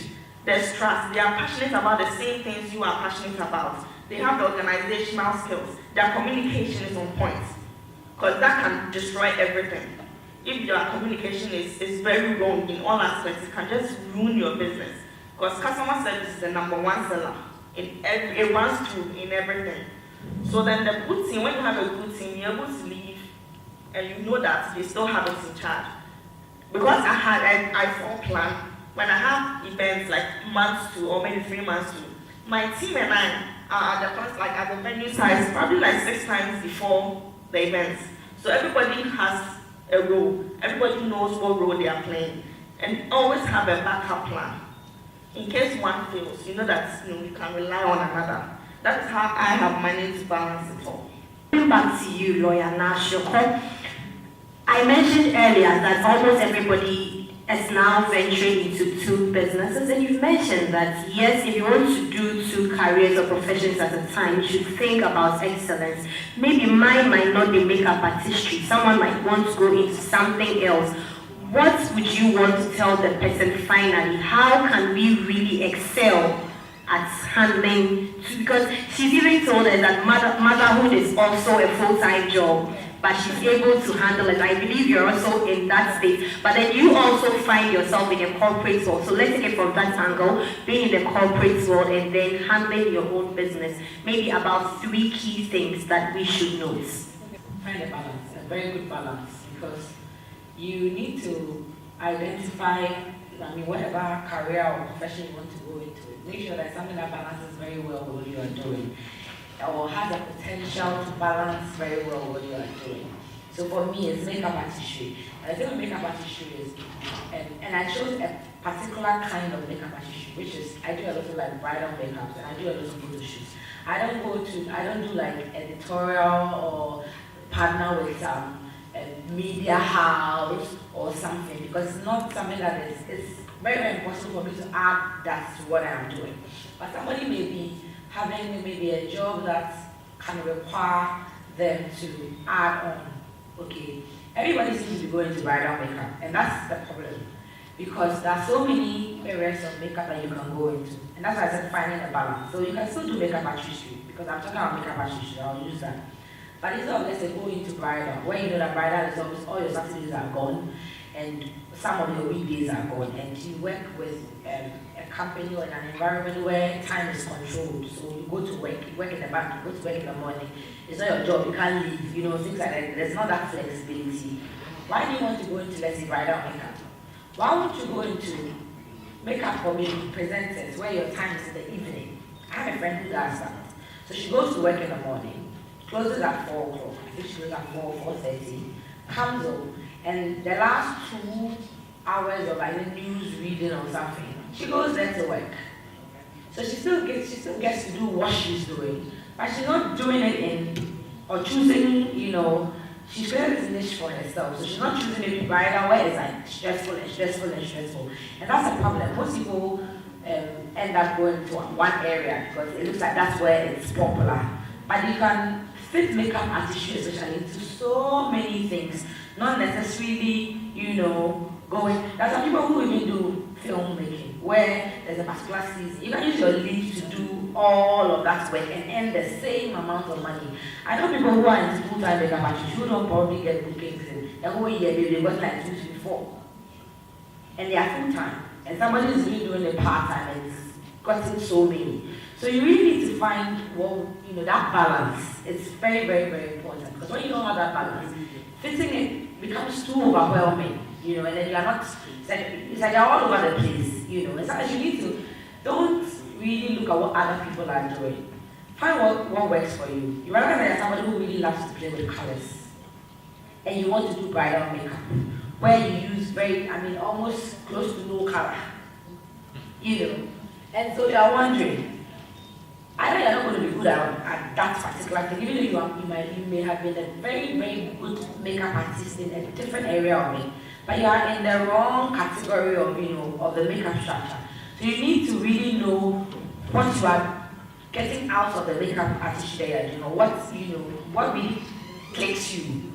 You hear what I mean? So you get 2 people who are makeup artists, and one does very well, let's say, engagement. It's all bridal. But you look at the person's working on the same bride during the engagement, look at the wedding, and there are 2 different works, and you are like, wondering. So you need to really find that space, like, what am I really good at in this makeup structure? Which part will I excel better than the other? And then it helps you. Don't look at what other people are doing. Don't look at the bookings. And your work always speaks for you. And one of the things that I told you that I just started doing this just 3 years ago, like professionally. Well, why did I even start doing it professionally? I used to just do makeup for my friends. I don't charge anything. It was like free. and I really love doing it. And you can imagine, I'll buy products, like buy expensive products and work and not charge anything. Okay. And then I realized that was taking a toll on me. Because all my work, when I work as a lawyer and I get my small pay, I'll use it to do makeup and I'm not getting anything out of it. And it's just like for me, and I'm just, So one day my husband said, why are you putting all this investment there? You're not really good to pay. Try and see if you can fix. Even if it's 50 cedis that way you just do one eyebrow, you are using to, balance off somewhere else. I was like, oh, I'll think about it. You know what? I wasn't too, because I was like, how can I stop law and go and do makeup, But then I really didn't explore, I didn't really think about the things, what I can really, really get out of it. Until one of my friends at church was getting married and said, Chop, this one, you will dress me. And then she said, I said, oh, no problem. Because everybody knows anyway that we Ghanaians and Madam Free, so. It was a whole wedding, and you are not even thinking of paying for your makeup, so if your makeup is up, will you really blame me, But I was like, and that was like my first job. I had no pay. I went to town, bought the products from head, beginning to end, everything from my mom. She gave me all my to buy the products. I bought everything. And I dressed it. And a lot of people didn't even know I was even doing that because they would just say, and why did she choose me? We had other people who were even into makeup. People knew they were doing makeup professionally. But she didn't choose that because when I go to church, I'm not a heavy makeup person. Maybe today I'm a little bit, but usually you won't see me like that. I'm just like a foundation person, I'm done. But then for some reason, she just liked the way I always used to appear. And she'd be like, hey, now I'm almost on my makeup. I mean, you are your advertisement, let me put it that way. So she really wasn't impressed with other people, not because she had seen their work, but it was just like their appearance or how they were appearing. The makeup that they done on their face is horrible, and she's thinking, what can you really do on my face? So that's how it started for me. Then when I did that work, I really put in my all. It was as if I was in doing some competition, but it wasn't because I wanted to prove something, but I was like, this is somebody's big day. How do I want to look on my wedding day? I put in my all. Even last minute, she was getting cold feet and wanted to change me, and things like that. But she hadn't budgeted for it, so she had to just go with me like that. Yeah, so, because last time she came back and said, oh, I want you to just do the engagement, my auntie will do the wedding, and it really helped me because I put in, so much. And I was like, oh, no problem. Then later on, she came back, and then on the morning we dressed up again. Then when I finished dressing her, I knew I was going to do the wedding, even at that morning. So I just finished, packed my stuff, and she's a friend, so I was going home, change, and then I attended the wedding. And for some reason, I'm telling you, for some reason, the dress was done by a seamstress of mine, and the seamstress wanted me to go and close the button. I mean, the zip was something. I ended up at where they were doing the dress up for the wedding. She was uncomfortable because now the person doing the makeup, I knew her, and I knew it wasn't the auntie. And she wasn't even a makeup artist, So I was a makeup artist, so I was there for observation. But when the girl started, I just knew the thing was just going wrong. And then she would now look at me. And then the girl was asking me, because she didn't know I did the thing. So when I'm in the engagement, so when she was dressing her, and this makeup artist, we have this attitude, my friends, and we don't talk to anybody. We are focused. And very, antisocial. I feel like the people around, they don't know, what's up. So I was just sitting there, and then chatting with some other lady who was about to do the hair, and then I realized that she started wiping, the engagement stuff. And then she left the brows. I said, oh, then I'm done well, because the makeup artist I didn't recognize that my brows are up on it. So she left it. She was leaving a few things. And then now she started. And then even the shade she started with the foundation was like so off. I was alarmed. So then I was like, but I didn't want to talk. So I said, and now the thing was going. Then she wanted to fix lashes. And she brought out some lashes. And I said, you know what? I have these lashes that I think, this girl doesn't really like makeup. I think it's lightweight, you can have it. I have like excess, you can have it. And she was like, oh, and then we just started talking. She said, oh, do you do the makeup? And she became uncomfortable because she realized that, oh, then there was somebody else who knew. Then she came, oh, can you fix the lashes? Oh, can you do this? I'm telling you, by the time we were done, I had done the work. I had done the entire work, Now the girl, like my friend, when the girl did that, she would ask me, like, how is it going, And it was like a collaborative work. When I finished, surprised, the girl came and said, oh, can I come and learn from you? Me, I just started I want to be very good, but I just started when I'm like, what business do you have? Going to work, you know somebody's big day. When you knew, you didn't. The girl was, I'm telling you, like for like 1 year, everything she told me, where did they one, But the point is, and that was for me, it was like a wake-up call for me. I was like, look, you are really downplaying what you can actually do. And I don't even know why I was there. It was just so strange having to close a zip for her wedding dress. And then ended up, I ended up, after that, the recommendations I got, it was crazy, And I used to get like a lot of like bookings, and I would divert it to somebody else because I really didn't have the time for it. But when I decided to do, I realized that it helped me. It was a trade I picked up because I was very selective. I won't just go and work anywhere. It's not when you call me, I just go, because there was time that I really couldn't fit into my, my plan.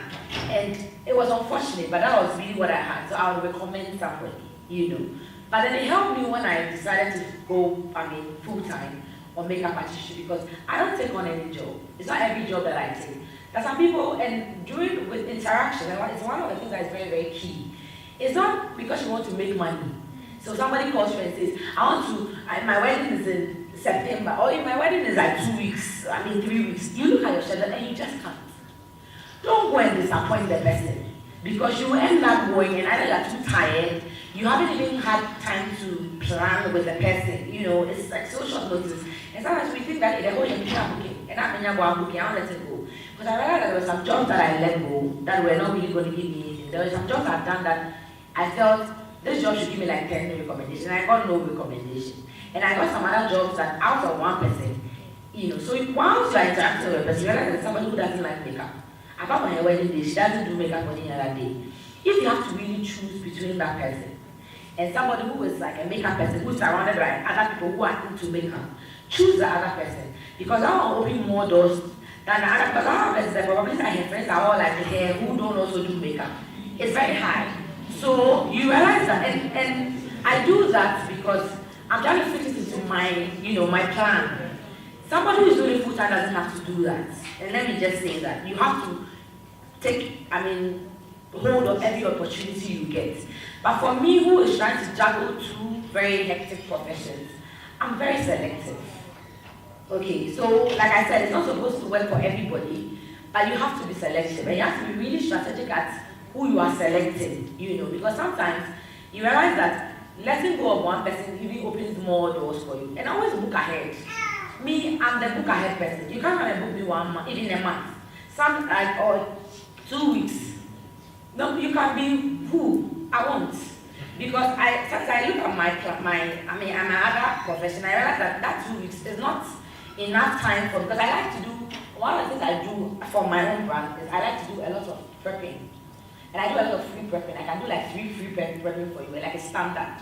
So I'm trying to find out how many prepping can I do in that 2 weeks and still be there for you on that. It can't happen. And sometimes you really need to take these, hard decisions. Because if you don't, it's what will determine the work you are doing. But sometimes you are like in a hurry to, okay, like some people even just like 4 bites in a day. I want that, maybe they may be superwomen. I can't. Because even me, one person, I will be on you for like a long time, only when I will move to the next venue, And it's really, doesn't really make any sense to me for me to get to your place late. You're already angry. I mean, we are not in sync. By the time I get there, you're already angry. You're not even impressed with my work. I may do all the magic, and you'll not even be happy with the work because already we started on the wrong footing. So just try what really, really works for you. Don't look at somebody. And makeup artistry, especially in Ghana, it's very intimidating. There are some names, like we work with names. So apart from recommendations, maybe somebody doesn't know you, somebody recommended the person, hey, do you have a social media? What are some of your works? Let me see your job. All those things. You say, okay, you show. The person comes, sometimes the person is showing interest, not showing interest. Or the person will go and bring some work of some famous makeup artists and say, I want this one. I want my face to look like this. And I'm like, okay, we'll see what we can do, But the truth of the matter is that your face cannot look like that. Because the person is even fair, you are that. So I don't even know how that is going to be. But actually, you just need to assure the person, you know what? Trust that I can do a good job for you. And that's really what you can go with, So sometimes don't really look, because if you look at the other things, somebody will edit all their work and they are looking like a superstar. Meanwhile, on that day, if you are going to the wedding, you will think they are 2 different people. So what I tell people is that don't really go too much with the work. Yeah, the work is good, but trust that the person, can even do sessions with the person. Let the person even do like a test makeup. If you don't like it, you move. Because that's the best evidence you can really get of the person's work. But if you are really going to do the comparison, it makes for like pressure. So if you have to give me pressure and you want some top makeup artist work, I'll just say, it's better for you to just let that person do that work because this pressure I can't. So you need to find those, the balance and all that. And then you look. I had instances where I've had to lose contracts because I'm a mother. You go and have whatever prep talks and stuff with them, and begin to know, do you have a baby? Yes. Okay, and you know that the thing is working, So 2 months to the time, you don't hear from your client, and you're like, oh, what's happening? And my fiance's sister's mother's grandmother somewhere, knows a Jekyll person.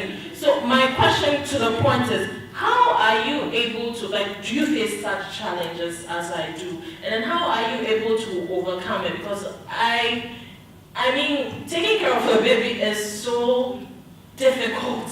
And then also trying to run a business from scratch. So how do you handle those clients who all of a sudden realize, okay, you're a family person, and then because of that, some ancestor somewhere has to do the Most people will say, oh, you have one child, you're already complaining. What if they say, please, trust me, the first one is the hardest. Because the first one, you have no idea what you are doing. It's trial and error. Do you understand? But then, I know, right? That's a manual, That's the only thing God didn't create a manual for, So you're learning on the job. But one thing that I do, don't be deterred because you're a mother. You leave that information out. It's very important. Let them know you're a mother. You understand?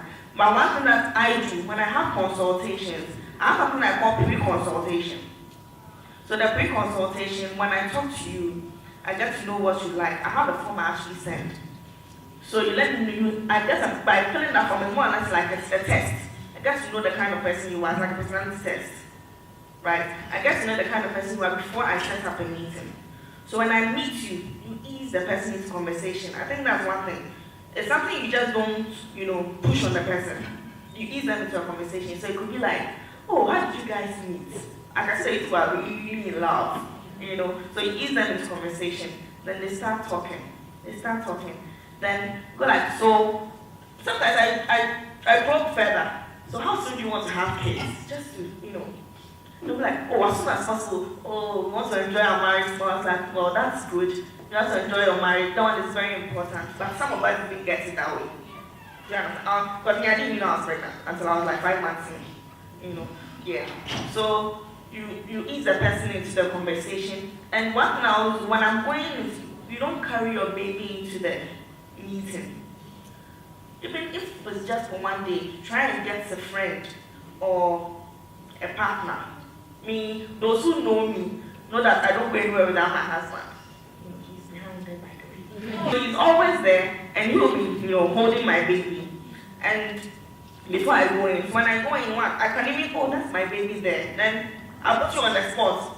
So you can read from the person's, facial or their appearance. You can just get to know if there are people who are stiff or people who are open to children. People are like, oh, bring the child, I want to hold the baby, Others will go like, oh, okay. So then that is your first cue. So when I get to know that, then I know we are going either professional or we are going, personal. Do you understand? But the one thing is that you have to have a selling point. One, you come with your work. I believe before the person called you, the person has gone round, seen so many other people before they came to you. So one thing I normally ask the people who come to me, what did you see? So I'm throwing the question back at them, what did you see that you liked? So the person comes in and tells, so I can get it done, right? And do you know when I did this, I was 6 months pregnant? Or do you know when I did when I was like 3 months pregnant? Or, just to ease them with conversation. And the person, oh, so you're really pregnant and you're able to get this done. So just by some of these, giving them some of these information, it makes it easier. So the person, you're already winning the person's trust. So then, and a constant checkup. When you leave the meeting, ensure that the person is home safely. You have to be, you don't expect that, our business is very competitive. Do you understand? So if you make any mistake, you want it. So you have to keep calling. Do you understand? And find out, like I said in my presentation, use your available time. When the child is napping, you can call the client. Ask them how their day is. Or have they seen anything else that they like? So sometimes you have to, be the chaser. So I think that's some of the few tricks I apply. I think generally about the cancellations, you're talking about like maybe last minute, the person will come and say, my auntie. Okay, so personally, I used to have that problem. Like before, earlier when I started makeup artist, you have a very nice conversation, we start off nicely, and then like a week or something, 2 weeks to the time, the person calls and says some gum sister somewhere, said this, and then you start annoyed about that, the person will do it for free, And some of the painful part is you may have made arrangements. Maybe you have even cancelled some other jobs, and So one of the things I did to cure that, I'll take a deposit, which is not refundable. So I tell you, you pay, this is how much I'm charging you for the makeup. Now you pay this percentage of it, which is not refundable. So even upon cancellation, if you cancel, you don't get it. And I make sure that it is something that it will cost you if you cancel. I'm telling you, it was like a work like magic. People stop canceling. If you don't like me, you use me that day. or you forfeit.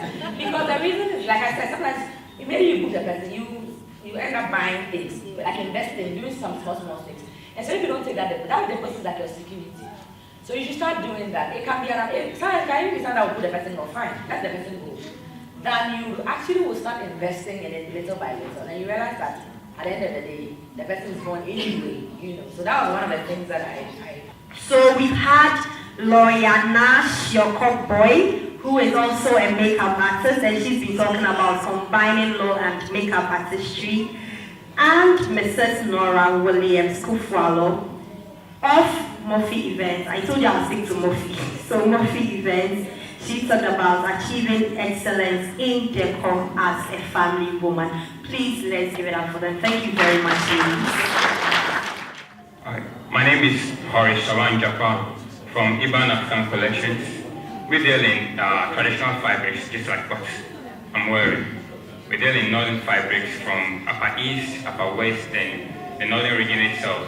We take orders for bridal dresses and even the grooms, and your personal house too. We can equally do it. We use the fabrics to equally make sandals.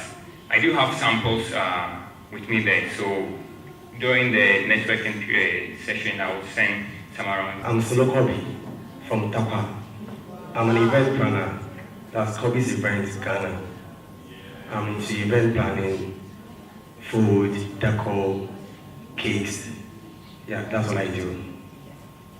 Hi everyone, my name is Cordelia Sante and I'm with Pearls and Petals. We're also into events planning and decor as well. We train and we also do the consultation, so you're free to come up. I'm Sarah Jani, Safari Royal Events. I'm into planning and coordination of destination weddings and honeymoon packages. My name is Valencia, and I'm into deco and hats and beads making, and I train as well. My company name is Hansva Creation. I'm at Sasha Lebuchi. My name is Akusia Putumpema Amwakum. I don't know why we are speaking English or two. I wish we could do a little trick. I'm an MC. I'm the smallest MC. This is my mentor and other MCs. I'm trying to be like them. And in case you have a need for an MC and you don't get it, you can get me. Thank you very much. I'm Ruth Borte. I do decorations and bridal bouquets. My company name is Grand Spark Events. And I'm also the brain behind, or the face behind Weddings of Ghana. Thank you. Okay, my name is Mark, and my company name is Matter Watches. What we do is to deal in all kinds of quality watches, for male, female, any kind of watch you want. But the special thing is that if you want to give a watch to someone on an occasion, maybe Valentine, Christmas, or any other special occasion, what you do is you can contact us, we show you samples, you choose from it. If you want to do it as maybe a surprise, you can give us the person's location, we deliver and tell them it's from so and so. So you can contact me, I'm around. I think sometimes I don't take this opportunity because I'm part of the Ayefro team. So I forget to, also advertise myself. So I'm around, thank you. My name is Juliet from Ishra Event Services. We are into professional waiters, ushers, but we are particularly into cleanup after the event, because usually after all is said and done, after all the ideas have been said, the mess is left for whoever is willing to cater for it to do that. So we are basically into the after event cleanup. We also have a mobile chilling van to chill all the liquids, that's drinks, water, everything, to prevent the couple from thinking of hiring ice chests, cubes to freeze everything.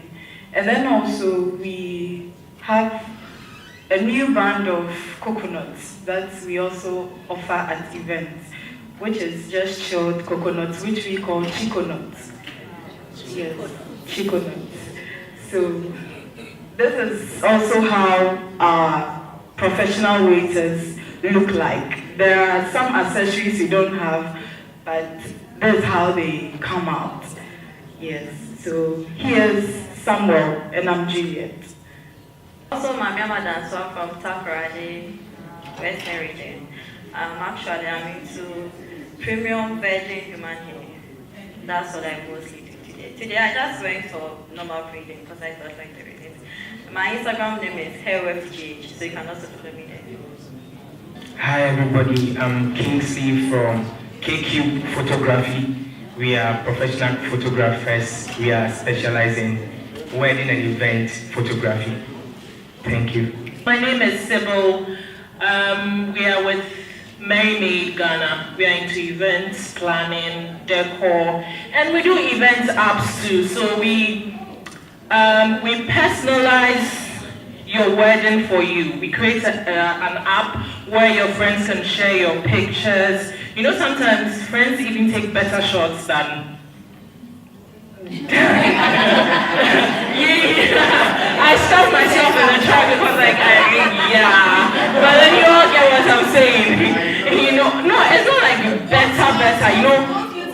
Exactly, they are able to capture some epic moments that, the photographer was so busy with like the big ones like the World War and whatever. So anyways, so yeah, we Merrymaid, that's our marketing advantage. So if you work with Merrymaid, we can give you a package where we have photographers, we have videographers, we have MCs, we have jewelers, our partner jewelers, we have the drumming, the whole ensemble thing, we have caterers, whatever you want, we could put them together at very competitive prices for you. But then there's the app, you think of like, how many of you go through your wedding video after weddings? People barely do that. I mean, you watch it maybe the first 2 months because you are in the honeymoon thing, but then after that, that's it. Because it's too cumbersome, you just have to get a VCD to run it in and whatever. Or your album is so big that it can even, cause an earthquake. So we create the event app for you so that like you have whatever at your fingertips, you can share with people who missed it and everything. So yeah, you can follow us on Facebook, Merrymaid GH, or on Instagram to Merrymaid Events. Thank you. My name is Brenda Waku. I'm a fashion designer. My brand name is Yemedi, and also I manage an event company called Jeff Olives. Now, the fashion designing, in as much as we're trying to reach out to people to adorn them with clothes, it's actually a movement we are starting as godly people where we want to take the world through godliness, because we realize that there are lots of times when Christians want to look fashionable but look decent as well, but we end up going to the world and buying those things and looking very indecent. And so that's what Merrymaid seeks to do. We're a godly fashion company where we adorn people in very beautiful clothes. So it's actually a movement. And the most important thing is that it's an evangelistic tool. So our labels come as a dwell label, where it's a bookmark with verses and a QR code where when you scan you have the sinner's prayer. We're trying to reach out to the people. We're trying to spread the word of God through fashion. So that's what I do. Thank you. I'm Loretta from the Laurel Cakes. We make cakes for birthdays, parties, bridal showers, anything, weddings. And we create, I'm good at creating or carving things. So if you have an idea, you can call on us and we'll bring it to life. And you eat your cake and have it. So thank you. Hi everybody, my name is Josephine Kwashi, representing the brand Red Dove. Unfortunately, she couldn't make it, so she's Mrs. Emisa Regina. And we are into wedding planning, decor, and beads making. My name is Perry Tinton. I'm here on behalf of 3 companies. Number 1, the first company is Inkit Global. What we do is branding, rebranding, social media security, SEO optimization, etc., etc. The second company is the League of the Kinsmen. This is an award-winning ushering and protocol firm. What we do is model branding, both male and female. Finally, the third company is Bumblebee Technologies. What we do is we deal in drone technology. So if you want to propose to your girlfriend and you have a concept, you don't have a concept, you come to us, we generate one. Probably we can send a drone to the airport to pick her up and give her something very nice. We also cover, if you have a book launch, we can have drones bring in the books and present something very decent and professional to other people. We also cover events and photography concepts for models especially, and then corporate industries. That's all, thank you. My name is Nako Koy. I'm a makeup artist and a stylist. Thank you. Hi, my name is Na Shoko of Dasset Glow Makeup Artistry. We are into makeup for every occasion, weddings, photo shoots, naming ceremony, whatever. I also do training, so if you're interested in any training, you can contact me. I'll be around, so yeah, thanks. Hi, I'm Stella. I'm into 3 things. So I have laces and more. We're into fabrics, unique fabrics, not just any kind of fabric, very unique fabrics for women and men as well.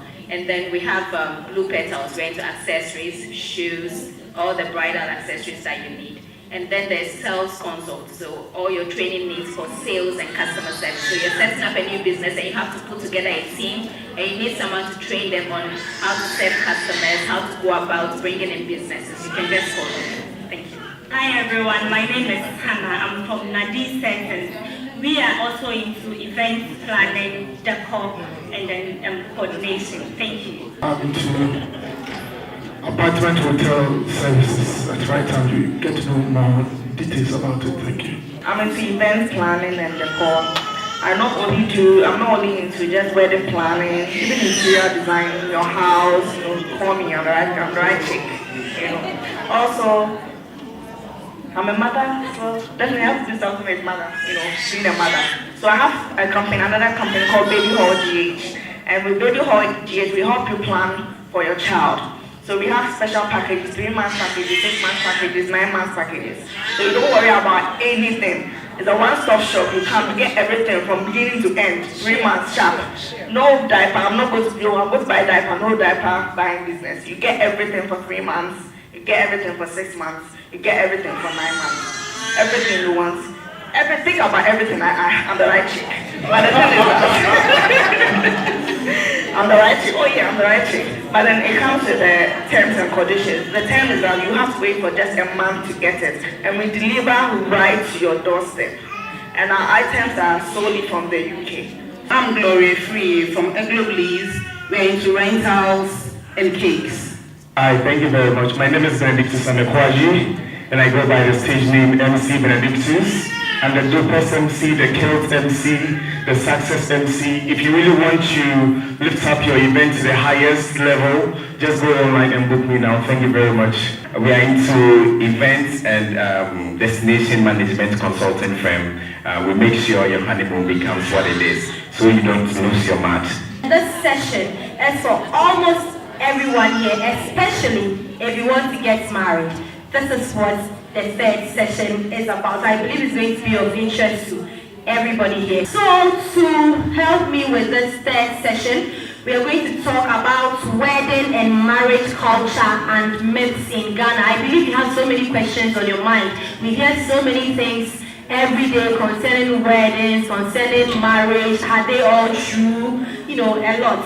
So I have with me Mr. Kobina Ansa. Mr. Kobina Ansa, and he will be taking us through wedding and marriage culture and myths in Ghana. Please, let's applaud. Okay, so we all get to that point in our lives where everyone thinks you should get married. Sometimes it's as though you don't know whether to get married or not. Someone is being telling you. And there are so many ways people can tend to pressurize us to get married. Something you don't even know, but it's a pressure in its own way. And we have so many people advising us, sometimes bad advice. And eventually we get into marriage without the right foundation. And sometimes with the wrong even perception. For instance, they'll tell you it's good to get married early. But no one tells you to get married when you're really ready. So the key word there is getting married when you're ready, but not when it's really early. You might be ready when it's early. It might be ready also when it's late. So talking about marrying early, the pressure is even more on us ladies. Yeah. A lady must be married before 30. You need to marry early and give birth. By 30 you've expired. A whole lot. Is that really it? Talking about divorces in Ghana. And it's in 2017 there were 4,000 divorces, more than 4,000 divorces. And it's not because people are not really getting the concept of marriage right.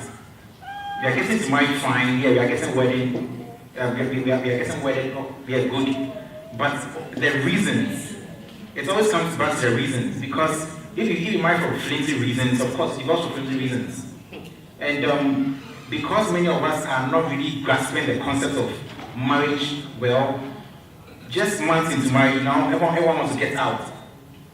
But if you rush in, you rush out. And of course, if you are rushing out, you are going to rush out with bruises and with so many misconceptions about marriage. But you know, the thing is, marriage is great.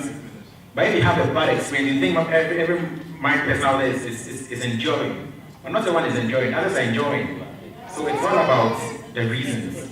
So if you are a lady, maybe 27, 28, or if you are 30, or you beyond 30, or beyond 30, 35, you have everything going for you, you are successful, you have a good business, you think you've achieved something, but when you're not married, it's like there's a question mark. Society has made it in such a way that marriage has become the peak of all achievements. It's as though if you are not married, then there's something missing. But that's not what it's supposed to be. Not everyone is probably supposed to get married, even though we all want to get married. So and because of how society has positioned marriage, everyone wants to get in, sometimes by hook or crook. And immediately we get in, now we have so many ideas now in our minds, and because how we're perceiving it out there is not really what it is. You know, it's like finding some green pasture wherever, and you think it's all green there. You get in there and it's not all green, and then you want to now get out of it, and you know that's how society has made marriage to be today. But personally, I think marriage is very great. My marriage is awesome, but it's all about getting in there with the right reasons. I think talking about being prepared for marriage, finances come to play. Exactly. We hear people go to the banks to borrow money for lavish weddings. You know, somewhere last year, there was something that went viral on the internet. A lady that went to buy a wedding gown on credit. Later, she wasn't answering her phone. It was a bit embarrassing. So, do you think it is really, maybe you think you met the right person, you have enough good reasons to get married, but the l'argent, there's a problem there. Should you take a loan? That's why I began by saying, marry when you are ready, and not because it's early. You know, it might be early, but you're not ready. You know you're not ready. Sometimes you don't know whether you're ready or not. No one should tell you whether you're ready or not. You know it. And but because society is pressurizing us to get there, we want to do everything possible to get in there, and then sometimes we need to resort to borrowing. But we should know that marriage is not an investment. Marriage is not an investment. So you can't say I want to have a wedding and then I'm looking forward to gifts which can offset my bills. Because of course on the wedding day or on the wedding night, you have people giving fast offertory of 2 CDs and all that. You know, and then at the end of the day, what are you doing with 2 CDs? So at all times you need to have a budget and plan with your budget. You know, else you need to resort to borrowing, and at the end of the day, you know, I always say that at the end of the wedding, you need to go home as a happy couple, you know, and not as a bankrupt double. You know, you need to go home as a happy couple and not as a bankrupt double. Because many of us, or many sometimes go out there to borrow, to do everything possible to have a wedding, sometimes even beyond their budgets. Just to impress people. Just because someone did it and they think they also need to do something more than that. At the end of the day, they go home bankrupt. And you know, starting marriage on a red account is worse than any other experience you never imagine. You know, and to amaze you how many divorces even start just because of debts. You know, there's no happiness. You're always talking about debts, you're avoiding calls. You have your pictures all over social media, people talking about you not pay your debts and all that. Come on, you can't start something which is supposed to be so beautiful in such a way. So it's all about you knowing that first of all, marriage is not even an investment. So if it's not an investment, then it means I can't be planning my wedding and thinking that someone's official or someone's gift is going to make and help me offset my bills. I should be ready before we planning and telling my investor how I want to settle down. Yeah, so marriage is not an investment. Or wedding is not an investment, should I say. Marriage is serious business, and then we can try to avoid all the drama that comes along with all these things. Because the more we cut out the drama, the more we get serious about it. It's not about the drama, it's not about the convoy of bridesmaids and the convoy of groomsmen following us. Marriage is really serious business. And if we consider it as one, then we really pay attention to all the details that we need to. Because, you know, it's amazing that many people get married, they are so prepared for the wedding, but they are not even prepared for the marriage. But if they are really prepared for the marriage, you know, there are so many things they're going to put in place. And they're going to cut out all the drama that comes along with it. So you focus. Then by so doing, we won't have all the divorces and all the bad values we have around today.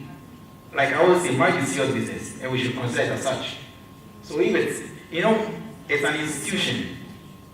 Of all the institutions they have around, it's only marriage that gives you a certificate before you even enter. And that's also how serious the business it is. But if we don't really know, if we don't really understand the concepts behind marriage, they will treat it as just one of those things you can get in and get out. And that's why today we have so many people cheating, because they don't really understand what marriage is. They think it's just about, well, they are old, so they can settle down and then maybe make a kid or two, and then life goes on. But that's not what marriage is supposed to be. God sat down to plan marriage because He wanted us to know what love is. And we can't get married and then all of a sudden everyone wants to get out. We are cheating. You have multiple side chicks and side dudes and all that. No, the world has become so crazy today. Even now we have side hands. Can you imagine? No. Because we don't really understand what marriage is. Everyone is getting in there because it's a trend. Everyone is getting in there, so we all should get in there. But if you know what really marriage is, then you won't get yourself involved in all the drama that comes with a wedding or comes with marriage. But even though you may want to, but you focus on really what marriage is. Yeah, and it's forever. So yeah, we don't marry to divorce. We marry to stay in there. Isn't it just okay to have the traditional marriage? Maybe you go to Ladies and More, get your nice lace, you have your traditional marriage, or you get your beautiful kente. You wear both rings there, family, few friends. Should we necessarily have a white wedding because it's trendy? The pressure we have on our youth today, society has to bring it to sides, because traditional wedding is also wedding. But we have, even in today's church, we have some churches where if you haven't had a wedding yet, or if you've already had only traditional marriage, you can't have communion. And I don't know where it was found in the Bible. And these are all ways you are piling so much pressure on our youth today. And everyone would want to make up to that standard, even if they are not ready for it. And that's why we have all these problems coming around. I think traditional marriage is fine, it's great. If that's what you can afford, you can just go for that. And many years later, when you want to do a blessing, fine. You don't necessarily always need to do your traditional marriage and then fix up with a wedding. If you can afford both, fine. But if you can't, the traditional marriage is very important. It's more important than even a wedding. And it's because it's still because of the colonization thing. You know, we still want to look like the white, we want to do everything like the white, and in the end, we put so much pressure on ourselves. Yeah. Okay, so we're looking at so much pressure from the society, you know. From what you're saying, it's not even limited to just our family and our culture, but then even the church. Yeah, even the church. I think that is really sad, because if I belong to a church, perhaps it might not even be because I can't afford, but that might be my choice. I just want to move out of the church, get everything done in the home or something. I don't know. So how can we deal with such situations? Should I say, it's always difficult to want to swim against the tide.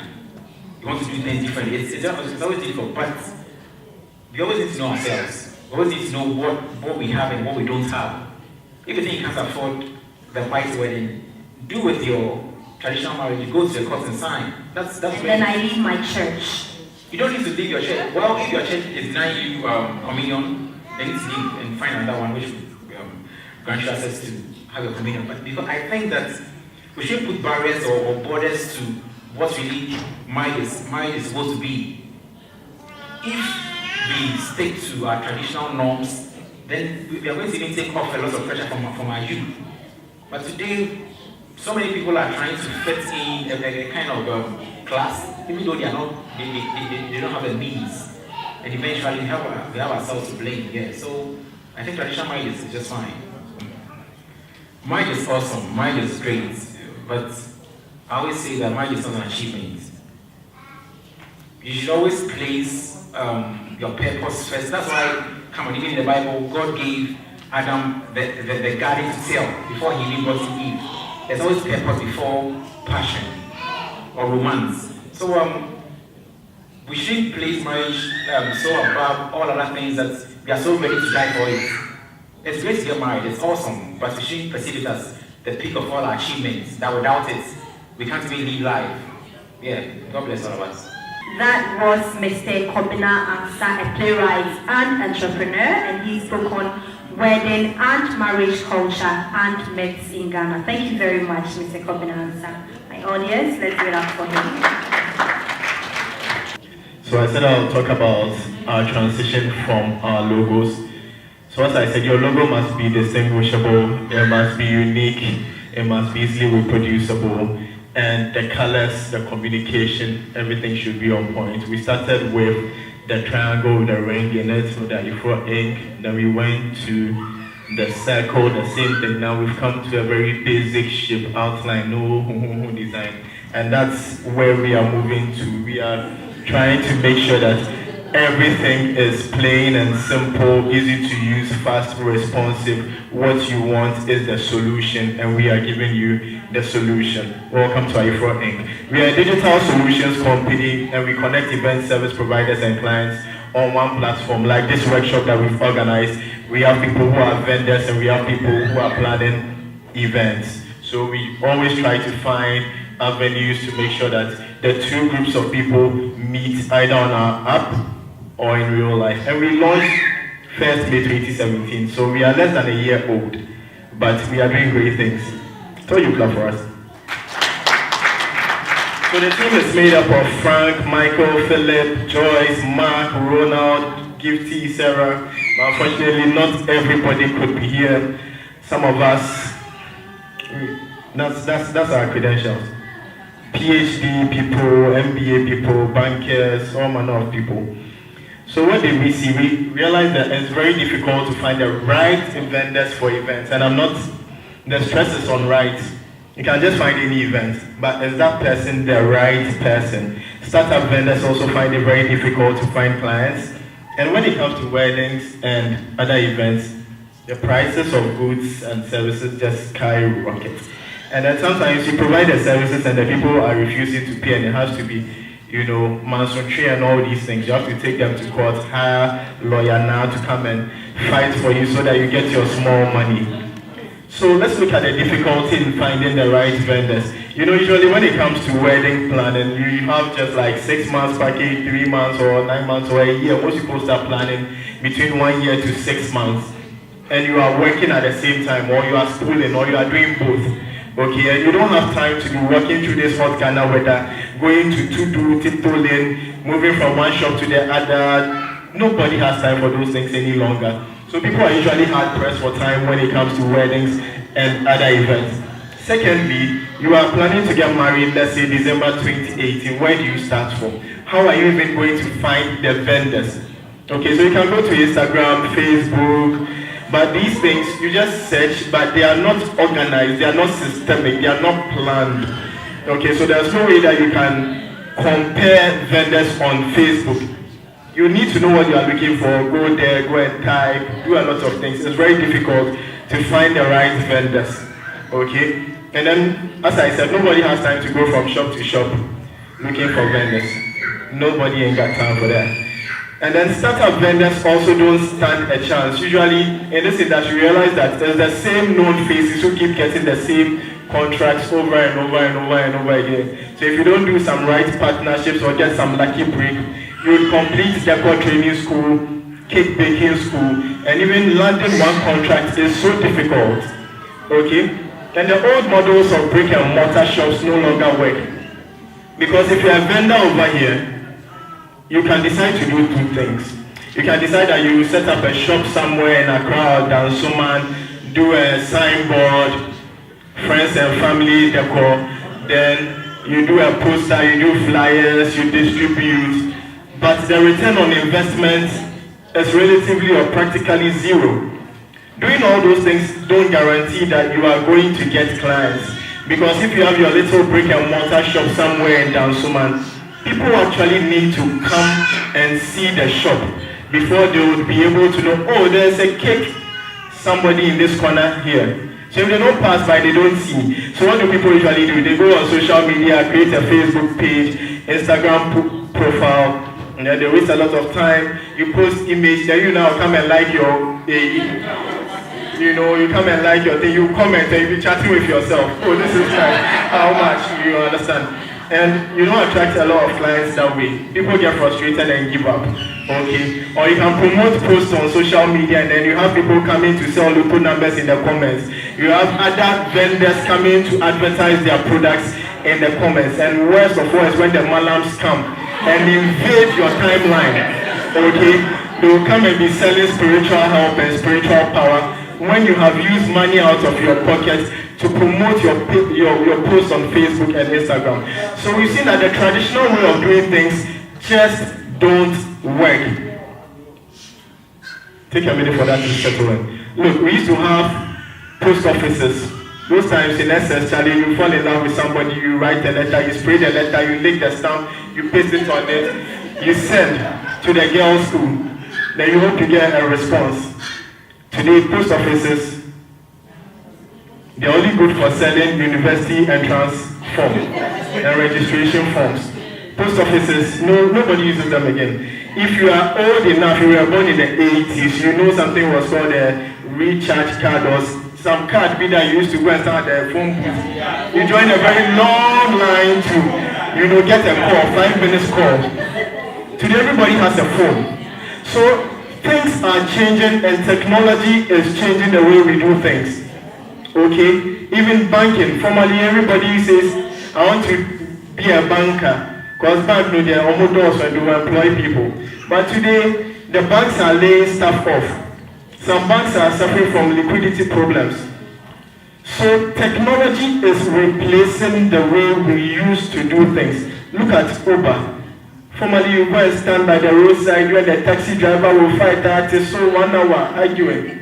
But today you can see how much it will cost you before you even book. The person can come to your house, your doorstep, your room, pick you up, deliver you, everything is very transparent. So technology has come to change the way we do things, and it's about time as vendors or people planning events to take advantage of existing technologies to improve the service, especially for the wedding and events industry. Next, we consider the overpriced charges when it comes to weddings. I mean, a normal shirt or jacket like MC Benedictus is wearing. You can go to Bend Down Boutique or Cantamanto and get it for 50 Ghana. But the moment you say, oh, Charlie, I need this jacket for a wedding, say, wedding, you have a lot of money, 2,000 cedis. So you realize that the brothers, they really want to get married, but Charlie, the money, so they keep saying next year, next 2 years, you love the person, then you see somebody who use money to come and collect the person and marry the person.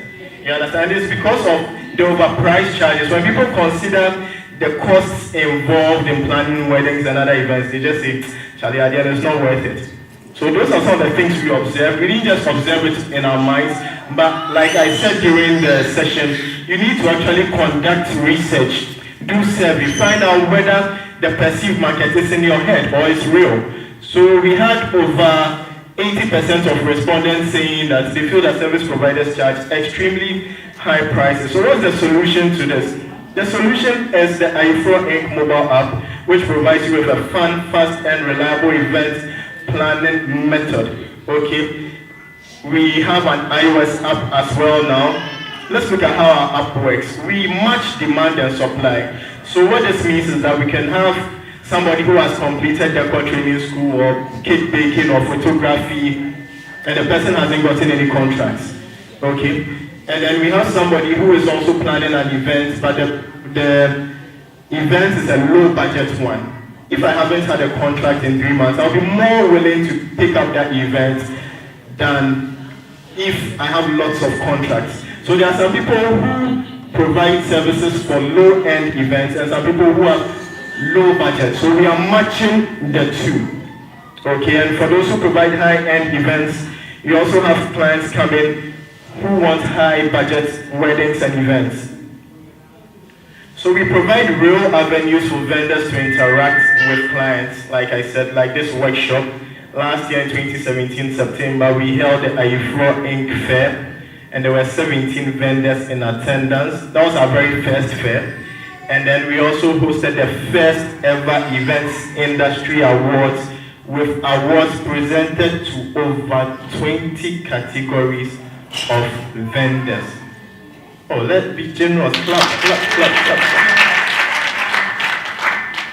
So how do? We make sure that everything that we do is very fun, fast, and reliable. Simple.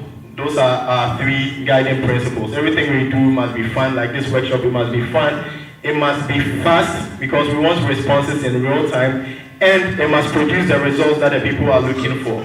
Apart from that, we also provide value-added services like branding, logos, posters, animated videos.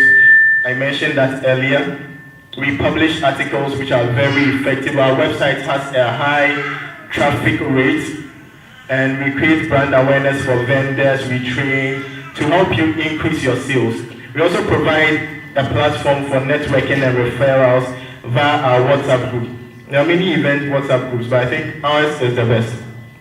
If you are here and you are in that WhatsApp group, you should admit it. Find on our WhatsApp group. You can only join the WhatsApp group if you're on our mobile app.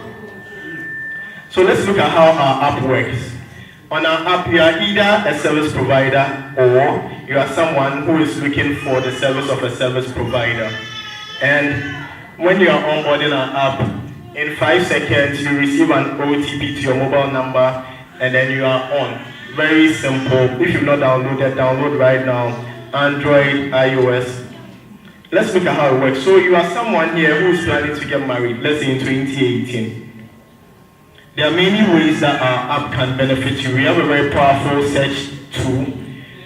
You just download the app, click on vendors. You can search by category. So maybe you are looking for decor, or you know the name of the decor vendor, you can type it. Or you are looking for the person at a particular location like Adenta, Kumasi, Takwa, Takrade, etc. So once you type decor and you select the decor as a service, you will be shown the list of all decor vendors on the app. So you can check out their profiles, their ratings, you can check out their gallery, and so much more. So our search tool gives you the option to search by the kind of service. If you know the name of the vendor or the company, you can just search by the name of the vendor. If you are looking for vendors in a particular place, perhaps your wedding is in Kumasi, you can just type Kumasi. Or any kind of search you want to do. So this is a new feature that we are releasing today. By the time we finish this workshop, if you update your app, you should be able to see this. Formally, if someone creates an event on our app and then uses the service of a vendor on our app, the person can come back and rate or review the service provided by the vendor.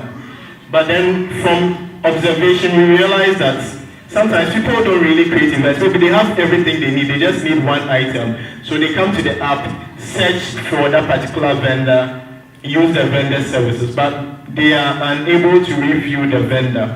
Because for us, we wanted to make sure that everything is transparent. If you are going to rate and review the person, you must have used the service of the person. Alright? But because of the new knowledge and observation we've made, we've added this rate and review vendor option. Okay? So you just tap the number of stars and then you add a description and you submit. Alright? Now how do you differentiate this one from the person who has created an event? If you created an event using our app, when you review, it would show the icon over there that it's a verified event, because we know that you created that event using our app. Any other review will just show, but it will not be a verified event. So it gives you a degree of confidence in the reviews which are posted. So let's walk through the process of creating events on our app. You can just create any event, you and your partner. On our app, there's a section called Add New Event. So it asks, what event are you planning? So you can say you are planning your engagement, wedding, birthday party, graduation, end of year party, corporate hangout, or you just want to chill yourself. What events are you planning? where do you live? It's important so that the vendors can know if they are interested in taking your event or not.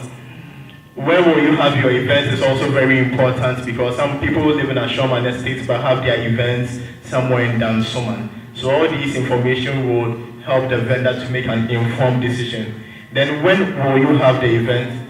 Very critical. Then you now click on what services do you require, and then when you click on what services you require, it will bring up the list of all possible services you can ever need for your weddings or other events. There are about 33 different categories. When you select one, you input your own budget. So let's say I'm having my baby's first year anniversary, all right? So that's the event I'm planning, first year anniversary for my baby. Where do you live? Trasako. Where will you have your event? I'll have it at the Flagstaff House. When will you have it? I'll have it at Christmas. And then the services I require, I need cake, because babies love cake. And then I would input my own budget. So if my budget for cake is 800 cedis, I would indicate that for cake I have just 800 cedis. Then perhaps I'll need an MC like Benedictus, Ira, Ma, all the different MCs. I'll just say I need an MC. And then I'll indicate my budget, perhaps 1,000, 50 cedis, 20, whatever it is, indicate it. So when you are done selecting all the services that you require, you submit it. The moment you submit, all vendors on the app who are capable of providing the services that you require will receive a notification, like on WhatsApp. Okay. Then you see that somebody living in this area is having this event on this date. So if you are interested, you can apply. It will also show your total budget over here.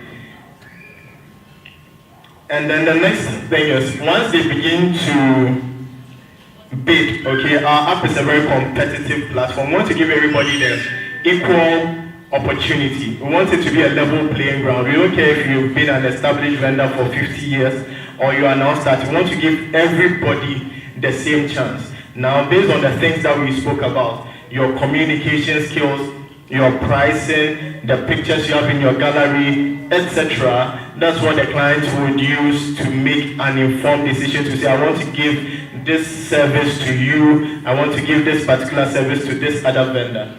So the moment they begin to bid, you would receive those push notifications yourself, and then you see how much they are charging you for a particular service.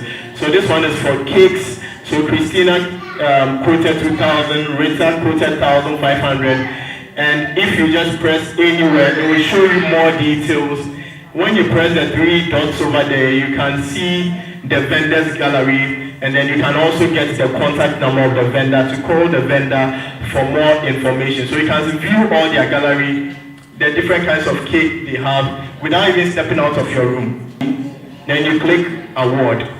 So when you award it, instantly the vendor would be notified, and then the vendor will now see your phone number and can call you. We don't want the vendors to be giving the people pressure. So they don't see their phone number until it's awarded them or until you decide to call them for more information. If you haven't received any bids, this is what you are going to see. There are currently no bids, or you have not created any events yet. You will be notified once a vendor submits a bid to your event. On our app, as I said, you can also see the images that vendors upload to the app, okay? And we have an algorithm. It just means that we've programmed it such that at the top are the most active vendors. So if you post a picture, automatically your profile is moved to the top. If you don't post at all for a long time, your profile is moved to the bottom. Okay, so once you click on any particular vendor's name, you would come to the vendor profile. You'd be able to see the name of the vendor or the company name, the location of the vendor, the number of stars, the pictures the person has. You can now rate and review. You can just click to call. You can see the number of services provided. You can see ratings and reviews and all that. And if you click any particular picture, you can like, comment, etc. one feedback that we also had was that for every picture that vendors upload, people are notified. So sometimes notifications can be very annoying. So to turn off notifications, just go to settings. Under settings, you see notifications, and then you can decide that, okay, I want to turn off the sound, or I want to turn off the vibration, or both. Or you can decide that for a particular picture, you don't want to be notified any longer. Perhaps you started commenting and a lot of comments came. Every comment you receive a notification. So just by toggling or turning this bell icon on and off, you will turn off notifications. So anywhere you see that icon in the app, whether it's discussions, gallery, diaries, anywhere, the moment you press it, you will not receive notifications for that particular post. And the diaries is a new feature that we added, like I think Sybil said.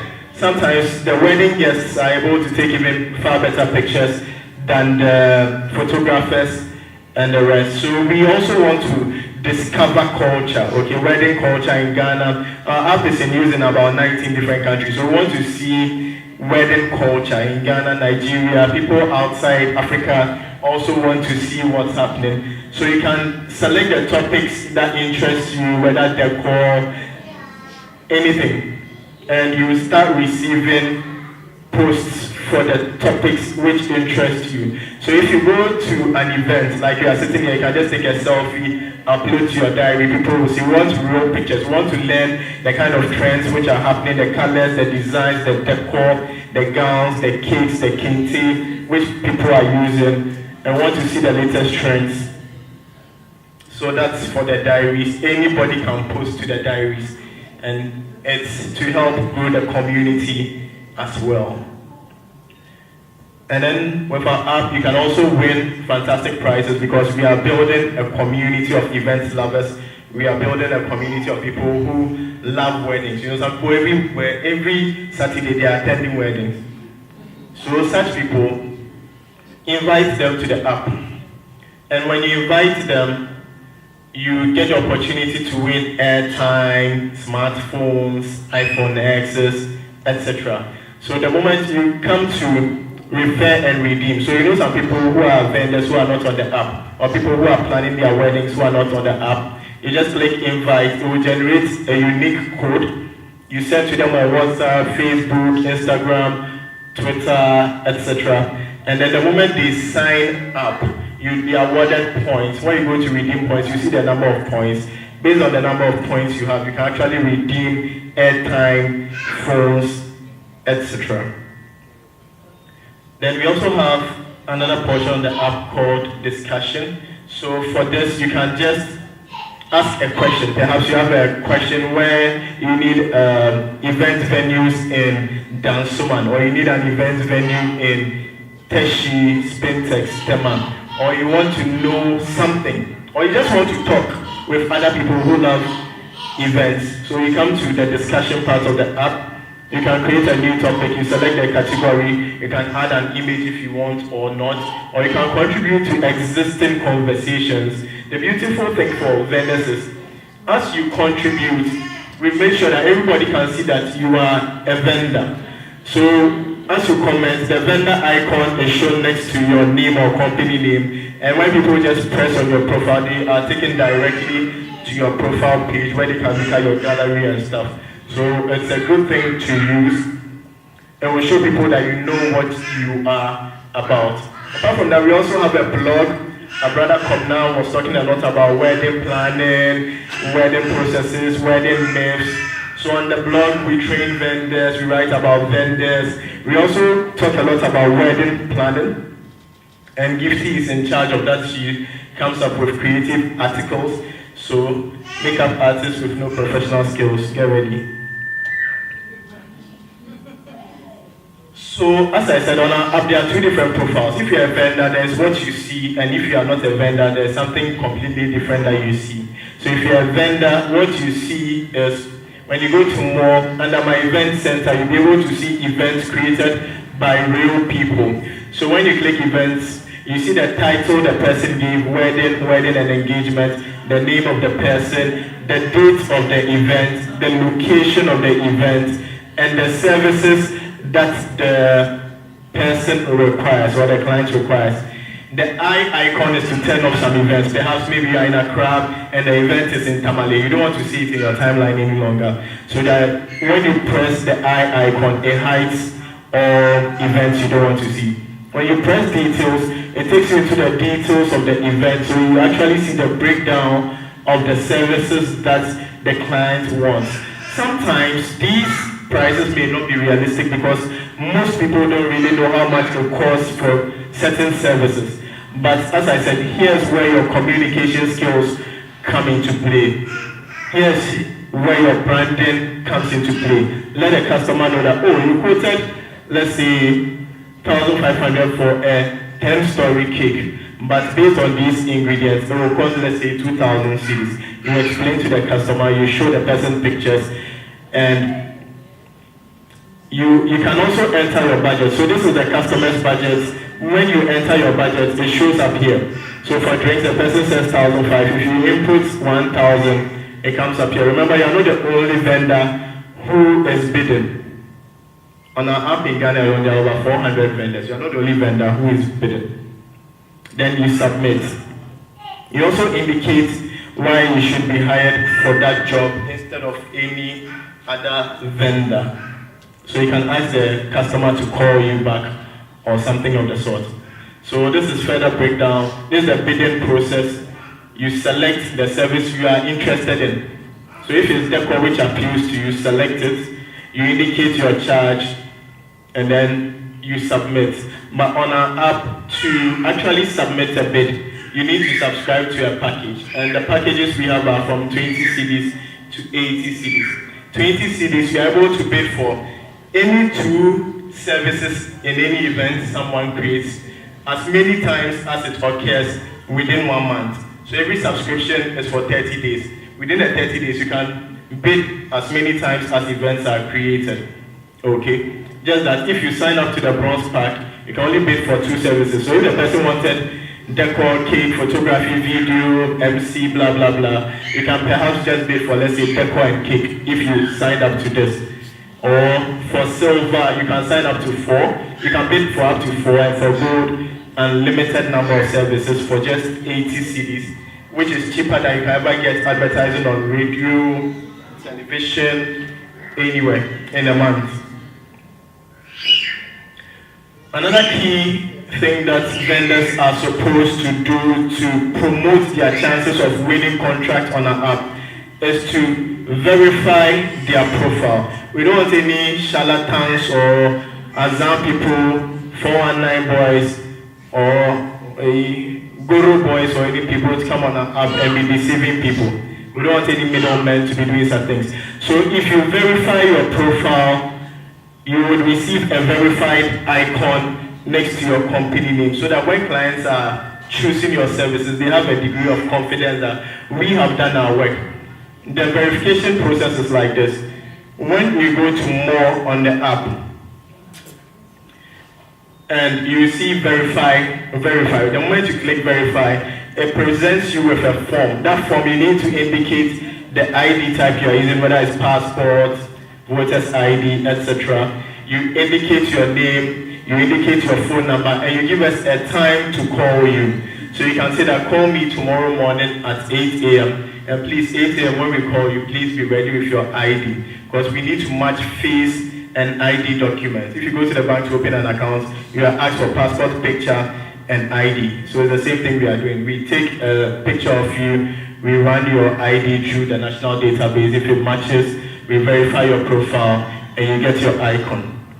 Now, at my profile, you need to add as much details as possible, because if the client is running through your profile, you may not be there for him to ask you questions. He may choose to call you or not, but first impressions count a lot. So make your description exciting enough. Indicate your starting price. Okay? Indicate your starting price, even if it's just 100 cedis. Indicate it. People would be more informed when you indicate it. Don't think that they will be scared and run away. Indicate it. And then you can also link your social media and website profiles directly to our app. So the moment you do so, those icons will be activated. If I click on Instagram, it moves me straight from Ayefro Inc. app directly to your Instagram page. If I click on Facebook, straight. Okay? So it helps you to build your brand. And then you can upload pictures to your gallery. Sometimes vendors upload pictures and you wonder, what at all did you provide in this service? Because there's cake, the person was wearing a gown, there was a DJ, people were dancing. So what particular service did you provide? So you indicate the services you provided in the picture so that we can understand what you actually do. You can promote those pictures, you upload and give a short description. This is the screen for the verify your profile that I've already spoken about. So what have we achieved since May 1st, 2017? Lots of things. Including, we were rated by CTFM as one of the top 3 apps released in the second quarter of 2017. There are over 500 vendors in Ghana alone. As I said, our app is in use in over 19 countries in the world. Our app has been published on many international tech blogs, websites, radio, TV, and we won a competition for tech entrepreneurs last year at iSpace in October. And then we also organized the Ayefro Inc. Fair that we've spoken about. So this year we are continuing with Ayefro Beyond Weddings. The app is not just for weddings, it's for all kinds of events that you would need in your daily life. And we are organizing the fair at Achimota Mall in June, and it will be for 2 days. And then we are also providing a platform for all events, any kind of events. Download the Ayefro Inc. app, tell people about the app, and you'll be sorted out. Any questions? Good afternoon once again. Okay, I want to start by asking a question. And this question you can refer to your Google on your phone or your encyclopedia, wherever it is. But the question is, way back in Sunday school we were taught that God provides all things for us. So my question to you now is, when God goes on vacation, who does the provision? If you know the answer, just show by hand and answer.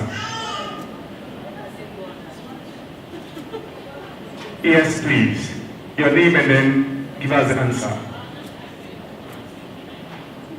Say again. Yes, who has the answer for us?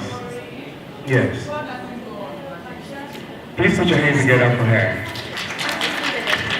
Now, when I was first introduced to Frank through a friend, I asked myself what was in this for me, because I have all the connections, I have all the networks, I have all the church folks who recommend me here and there. But one thing I realized was lacking was validation. You go for programs, you put in your utmost best and they go like, thank you very much, God bless you. I'm like, I've got diapers to buy. And I've got a lot of things to take care of, so why thank you? But I press on and I encourage myself. So when I first called Frank, he told me, okay, so we have this event, where? Was it in the airport? Last year, December? Exactly, so that was the very first time I met Frank. And we had a wonderful time. I took a lot of photographs with the Ayefro Inc. backdrop. And I posted a few pictures on social media. All the people I have worked for called me and they were like, hi, Mr. Benedictus, you work with Ayefro Inc. Are you with them? Do you have any connection with them? I'm like, yes. And they go like, yeah, you know. And they blah, blah, blah. So I go home and then there's an envelope. I'm like, what is going on? I get this other call from this other client or this other couple I worked for. And they go like, we never knew you are with Ayefro Inc. You know what? What's your shoe size? Please don't look at my shoes. You know, and then he packages this nice shoe, this, that, and delivers it right on my doorsteps. So what I think Ayefro Inc. has done to me is, I'm going to end with just 2 words. That it is better to be a part or to be the thigh of an elephant than to be the head of an ant. I hope you get that. Thank you very much. We have 2 people in our midst. They're going to have a 10-minute presentation each on honeymoon destinations and packages.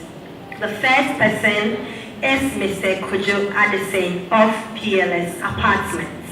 Please let's welcome Mr. Kojo Addison.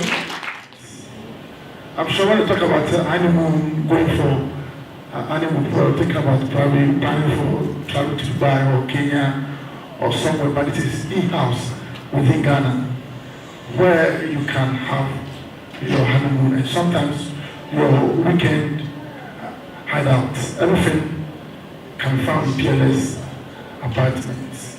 Okay, so the PLS Apartments, let me just do a brief story about the PLS Apartments. It's basically apartment hotel services. Apartment hotel services in the sense that everything you get in a typical hotel, like here, we will provide for you when you visit any of our locations. For example, we have 3 locations. We've got Cantonment, East Legon, and Airport Residential area. So I don't want to be specific. We've got about 4 places. Those of you who know Villaggio, we've got Villaggio for honeymoon services. Why would you want to choose PLS Apartments? All that we are saying is that how would you save costs when you're helping somebody to plan for his wedding? What I want you to do to save costs? We are saying this is home away from home.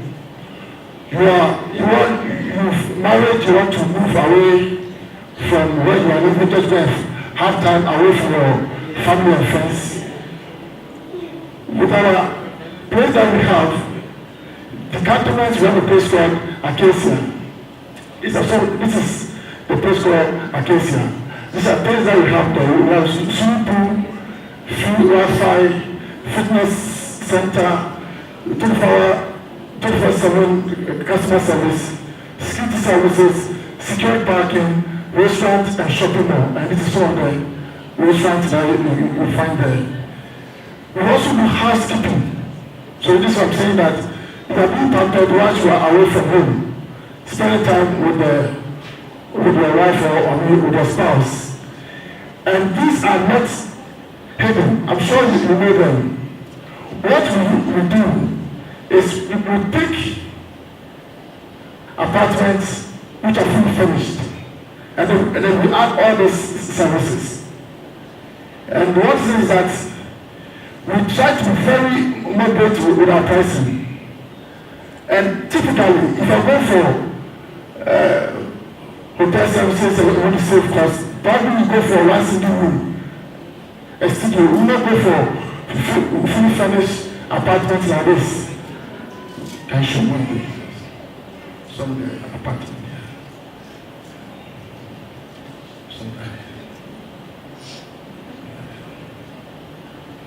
No. Good. This one, if you go for things like a seat, furniture, dining table, washing machine, everything. Going for a place like this, you have to compare prices. You will not pay anything less than $400 per night. But we try to help you to save more money. Something like this place around $180 a night. $180 a night. Yes. I'm coming. This is our 2-bedroom apartment. So I'm just starting from the higher level. 2-bedroom apartment. That everything we have, so probably we have something called brother tray. We want a place for your brother tray to dress up for their makeups and everything. Some days will go for a night. But they have all the team in the 2-bedroom. They have fun. They even do what they call it. Bridal shower. They do everything is in there. And this one, if you want to go for a typical hotel, because there's usually pre-wedding, and the pre-wedding, and the day, a day before the marriage, you need all your brother team to be in one place. We can provide you 2-bedroom apartment where your team, and you can work with 2 or 3. If there are 16 of them, we can have 4 or 6 of them into the apartment. Maybe we rent 2 or 3. Then we have, if you want to save money, because of the studio. So this is a studio where you have your washing machine, your kettle, your microwave, your 2-sister dining table, and your bed. And this one goes as low as $100 per night. Then I'm saying that if I do more than 1 week, I'll give you 1 day off. So instead of 700, you pay 600. Why are we saying that this is better and also good for those who want to help their couple to save money? Interesting enough, we Ghanaians don't probably appreciate what we have in Ghana. So we travel to Kenya and Togo. Most of our clients that we go so far, Nigerians, Kenyans, South Africans and go. When you come here, you can cook any food that you want, because there's cooking set of cooking utensils, cutlery set, everything is in there. So if you want to see how smart your wife can cook, you can see it here. If you want to also observe, if a man wants to do breakfast in bed, he can also prepare all this is in there. So when you go to a hotel, typical hotel, if you want, you may always have to wait to go and get a huge plate. Here, you can go and buy your own things. They also have errand boys. We've got services like free transport. If you want to travel within Accra, we give you free transport. So probably you want to go to Accra Mall to go do some shopping. Once you're in your honeymoon days, you just give us a call, and the driver will come, put the couple out. In case the couple don't have a car, that's what I'm trying to say. So all these services comes with the cost of it. Okay. So if the couple also want to have recreational activities, we go swimming pools, wherever, rooftop, tennis courts, rooftops, service court, any activity you want to do. Maybe you are bored, you sit the whole day, you've done all the person, you want something to release, some person. Probably you want to, do other activities apart from the normal activities that comes with it.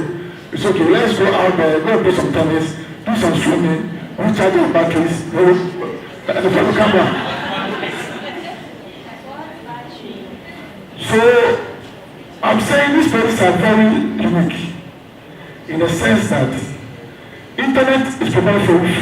Sometimes when we're away from home, we want to see what comments people are saying about. I know you are friends, but sometimes data can be an issue. You provide free data, limitless, in these places. Then also, we have a pay TV, if you want to watch movies and stuff like that. Then again, the first night, we do a surprise for the couple. I know whether you want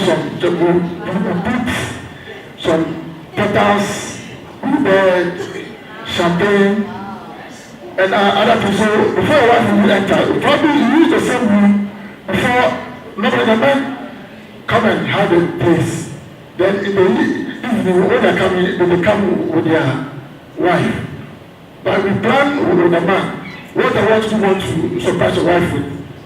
They come to give us 2 red wine, petals, different. Depending on what the man wants to surprise the wife. And also, we want to put that based upon your budget. So basically, I'm saying that you don't need to, you can save some airfares home sweet home. We have everything we do. If you go to Dubai, apartments like this have there and goes about $400 and stuff like that. You save your airfare and everything. But let me just add this one. It's not only for animals. We also go for corporate workers. People who want to come for training in Ghana and stuff like that. We give them 1 week, 2 weeks for good discounts. Thank you very much. I'm the Chief Executive Officer of Travel Tapping. Now I know most of you are event organizers and I think plan events and all that.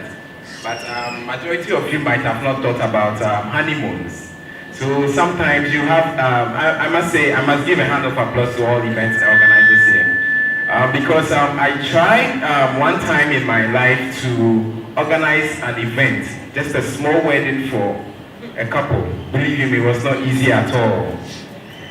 From, oh, I want to do food tasting, I want to do makeup, I'm like, oh, so where am I getting all these people for? But thanks to Ayefro Inc., I think the Ayefro Inc. app is something that everybody should upload to. It's a fantastic event that everybody should seek to put in his business on. For me, for instance, we started with what we call the travel and tour company, but what we actually do is a destination management consulting firm. When we say destination management consulting firm, what do we mean by that? Basically, when we say destination, that means we are not unlike PLS, where they are into locals, we are into travels outside. And what we basically do is that we manage every nitty-gritty of all the things that would make your honeymoon a success. So from airport pickups to the flight transportation, with who is meeting you up at the airport, who is taking you to the your hotel, who is giving you the first dinner on arrival, who is giving you all the necessary things that will make your honeymoon a success. That's basically what we do. So we are a transnational organization in the sense that we do not only focus our efforts on a local organization. We have links outside, we have external partners who help us in assisting our couples to make it a very successful one. And so when we say we are transnational in nature, that means you can find us everywhere, not us in person, but we can find you an appropriate person to handle you. Imagine you go to Portugal and then you cannot speak Portuguese, and you are in front of a taxi operator who all his lifetime knows that, oh, I speak Portuguese, and you need to get to a place one way or the other, and you cannot speak Portuguese. Imagine the frustration between you and your wife. That is why we are here to offer such services. Now we handle all destination activities and then the logistics as well. So if you are looking at the cab to use, the limousine to use, the small Ubers that you'll be looking for, somebody to pick you up, that's basically who we are. Now what do people say about us? Now for newlyweds, they say we are the honeymoon makers. For newlyweds, they say we are the honeymoon makers. And then for business women and men, they say we are the destination chauffeurs. So basically, you might be a very busy person and you are requiring somebody to take you to a place. For instance, right after office hours at 5 p.m., you should catch a flight to Kotoka and then move to Dubai, move to London, Heathrow and all that. You need somebody like us to make sure that your flight is waiting for you. And then for some of our students, they call us the counselors because, the visas and all that, we give them assistance and then they are basically always successful. For students who wish to take holidays, join their vacations, that's basically what we do for them. Now when we say honeymoon, what is it? Honeymoon, what is it? Now honeymoon is just a holiday out of your busy schedule, from your planning of your wedding to all the necessary things that are attached to it. That's why I always had to give an applause to the event organizers and vendors. Basically, after the wedding ceremony itself, it is a time to reflect with your partner, your spouse, and to enjoy that very little moment. We give packages to a tune of about 5 days period. We think it's enough to have the ample time to rest, to give you all the required things that you need to do in order to sustain your marriage. Sometimes the ceremony itself is just overwhelmed with a lot of things. But then the only time couples have the opportunity to interact with each other is during the honeymoon session. And that is the time that we at Travel Cabin, we are seeking to make your honeymoon the best of it. And so when you go through the honeymoon processes with us, we are showing you of 3 basic things. We are showing you of a fast service, we are showing you of a fun time, and then we are also assuring you of a sustainable wedding. And then also at why do you need Travel Cabin? Basically, why do you need Travel Cabin? Now, we have been in the industry for a very long time. With our transnational links, there is nothing that we cannot, there is nothing that we can't do to make your honeymoon a success. We also have the transnational links and also the transportation businesses, like the airlines. We have affiliations with the airlines. And so we cannot say, okay, today we are paying $300, tomorrow come and pay $700. Because believe you me, we can sit in the same flight, but we might be paying differently. What shows that we are going to pay a standardized price for you to embark on your trip is something that we are good at. And then we also have the opportunity to manage a lot of events for corporate bodies, and then per that, we've also gained the grounds in order to manage such businesses. Now we also have packages that includes a Dubai trip that is going for a couple, which is supposed to be about $3,999, almost $4,000. We are giving it to you for about $3,200 for any couple that wish to. And the $3,200 is not just a package, it comes with the accommodation itself, the airline tickets, it also comes with the arranged tours.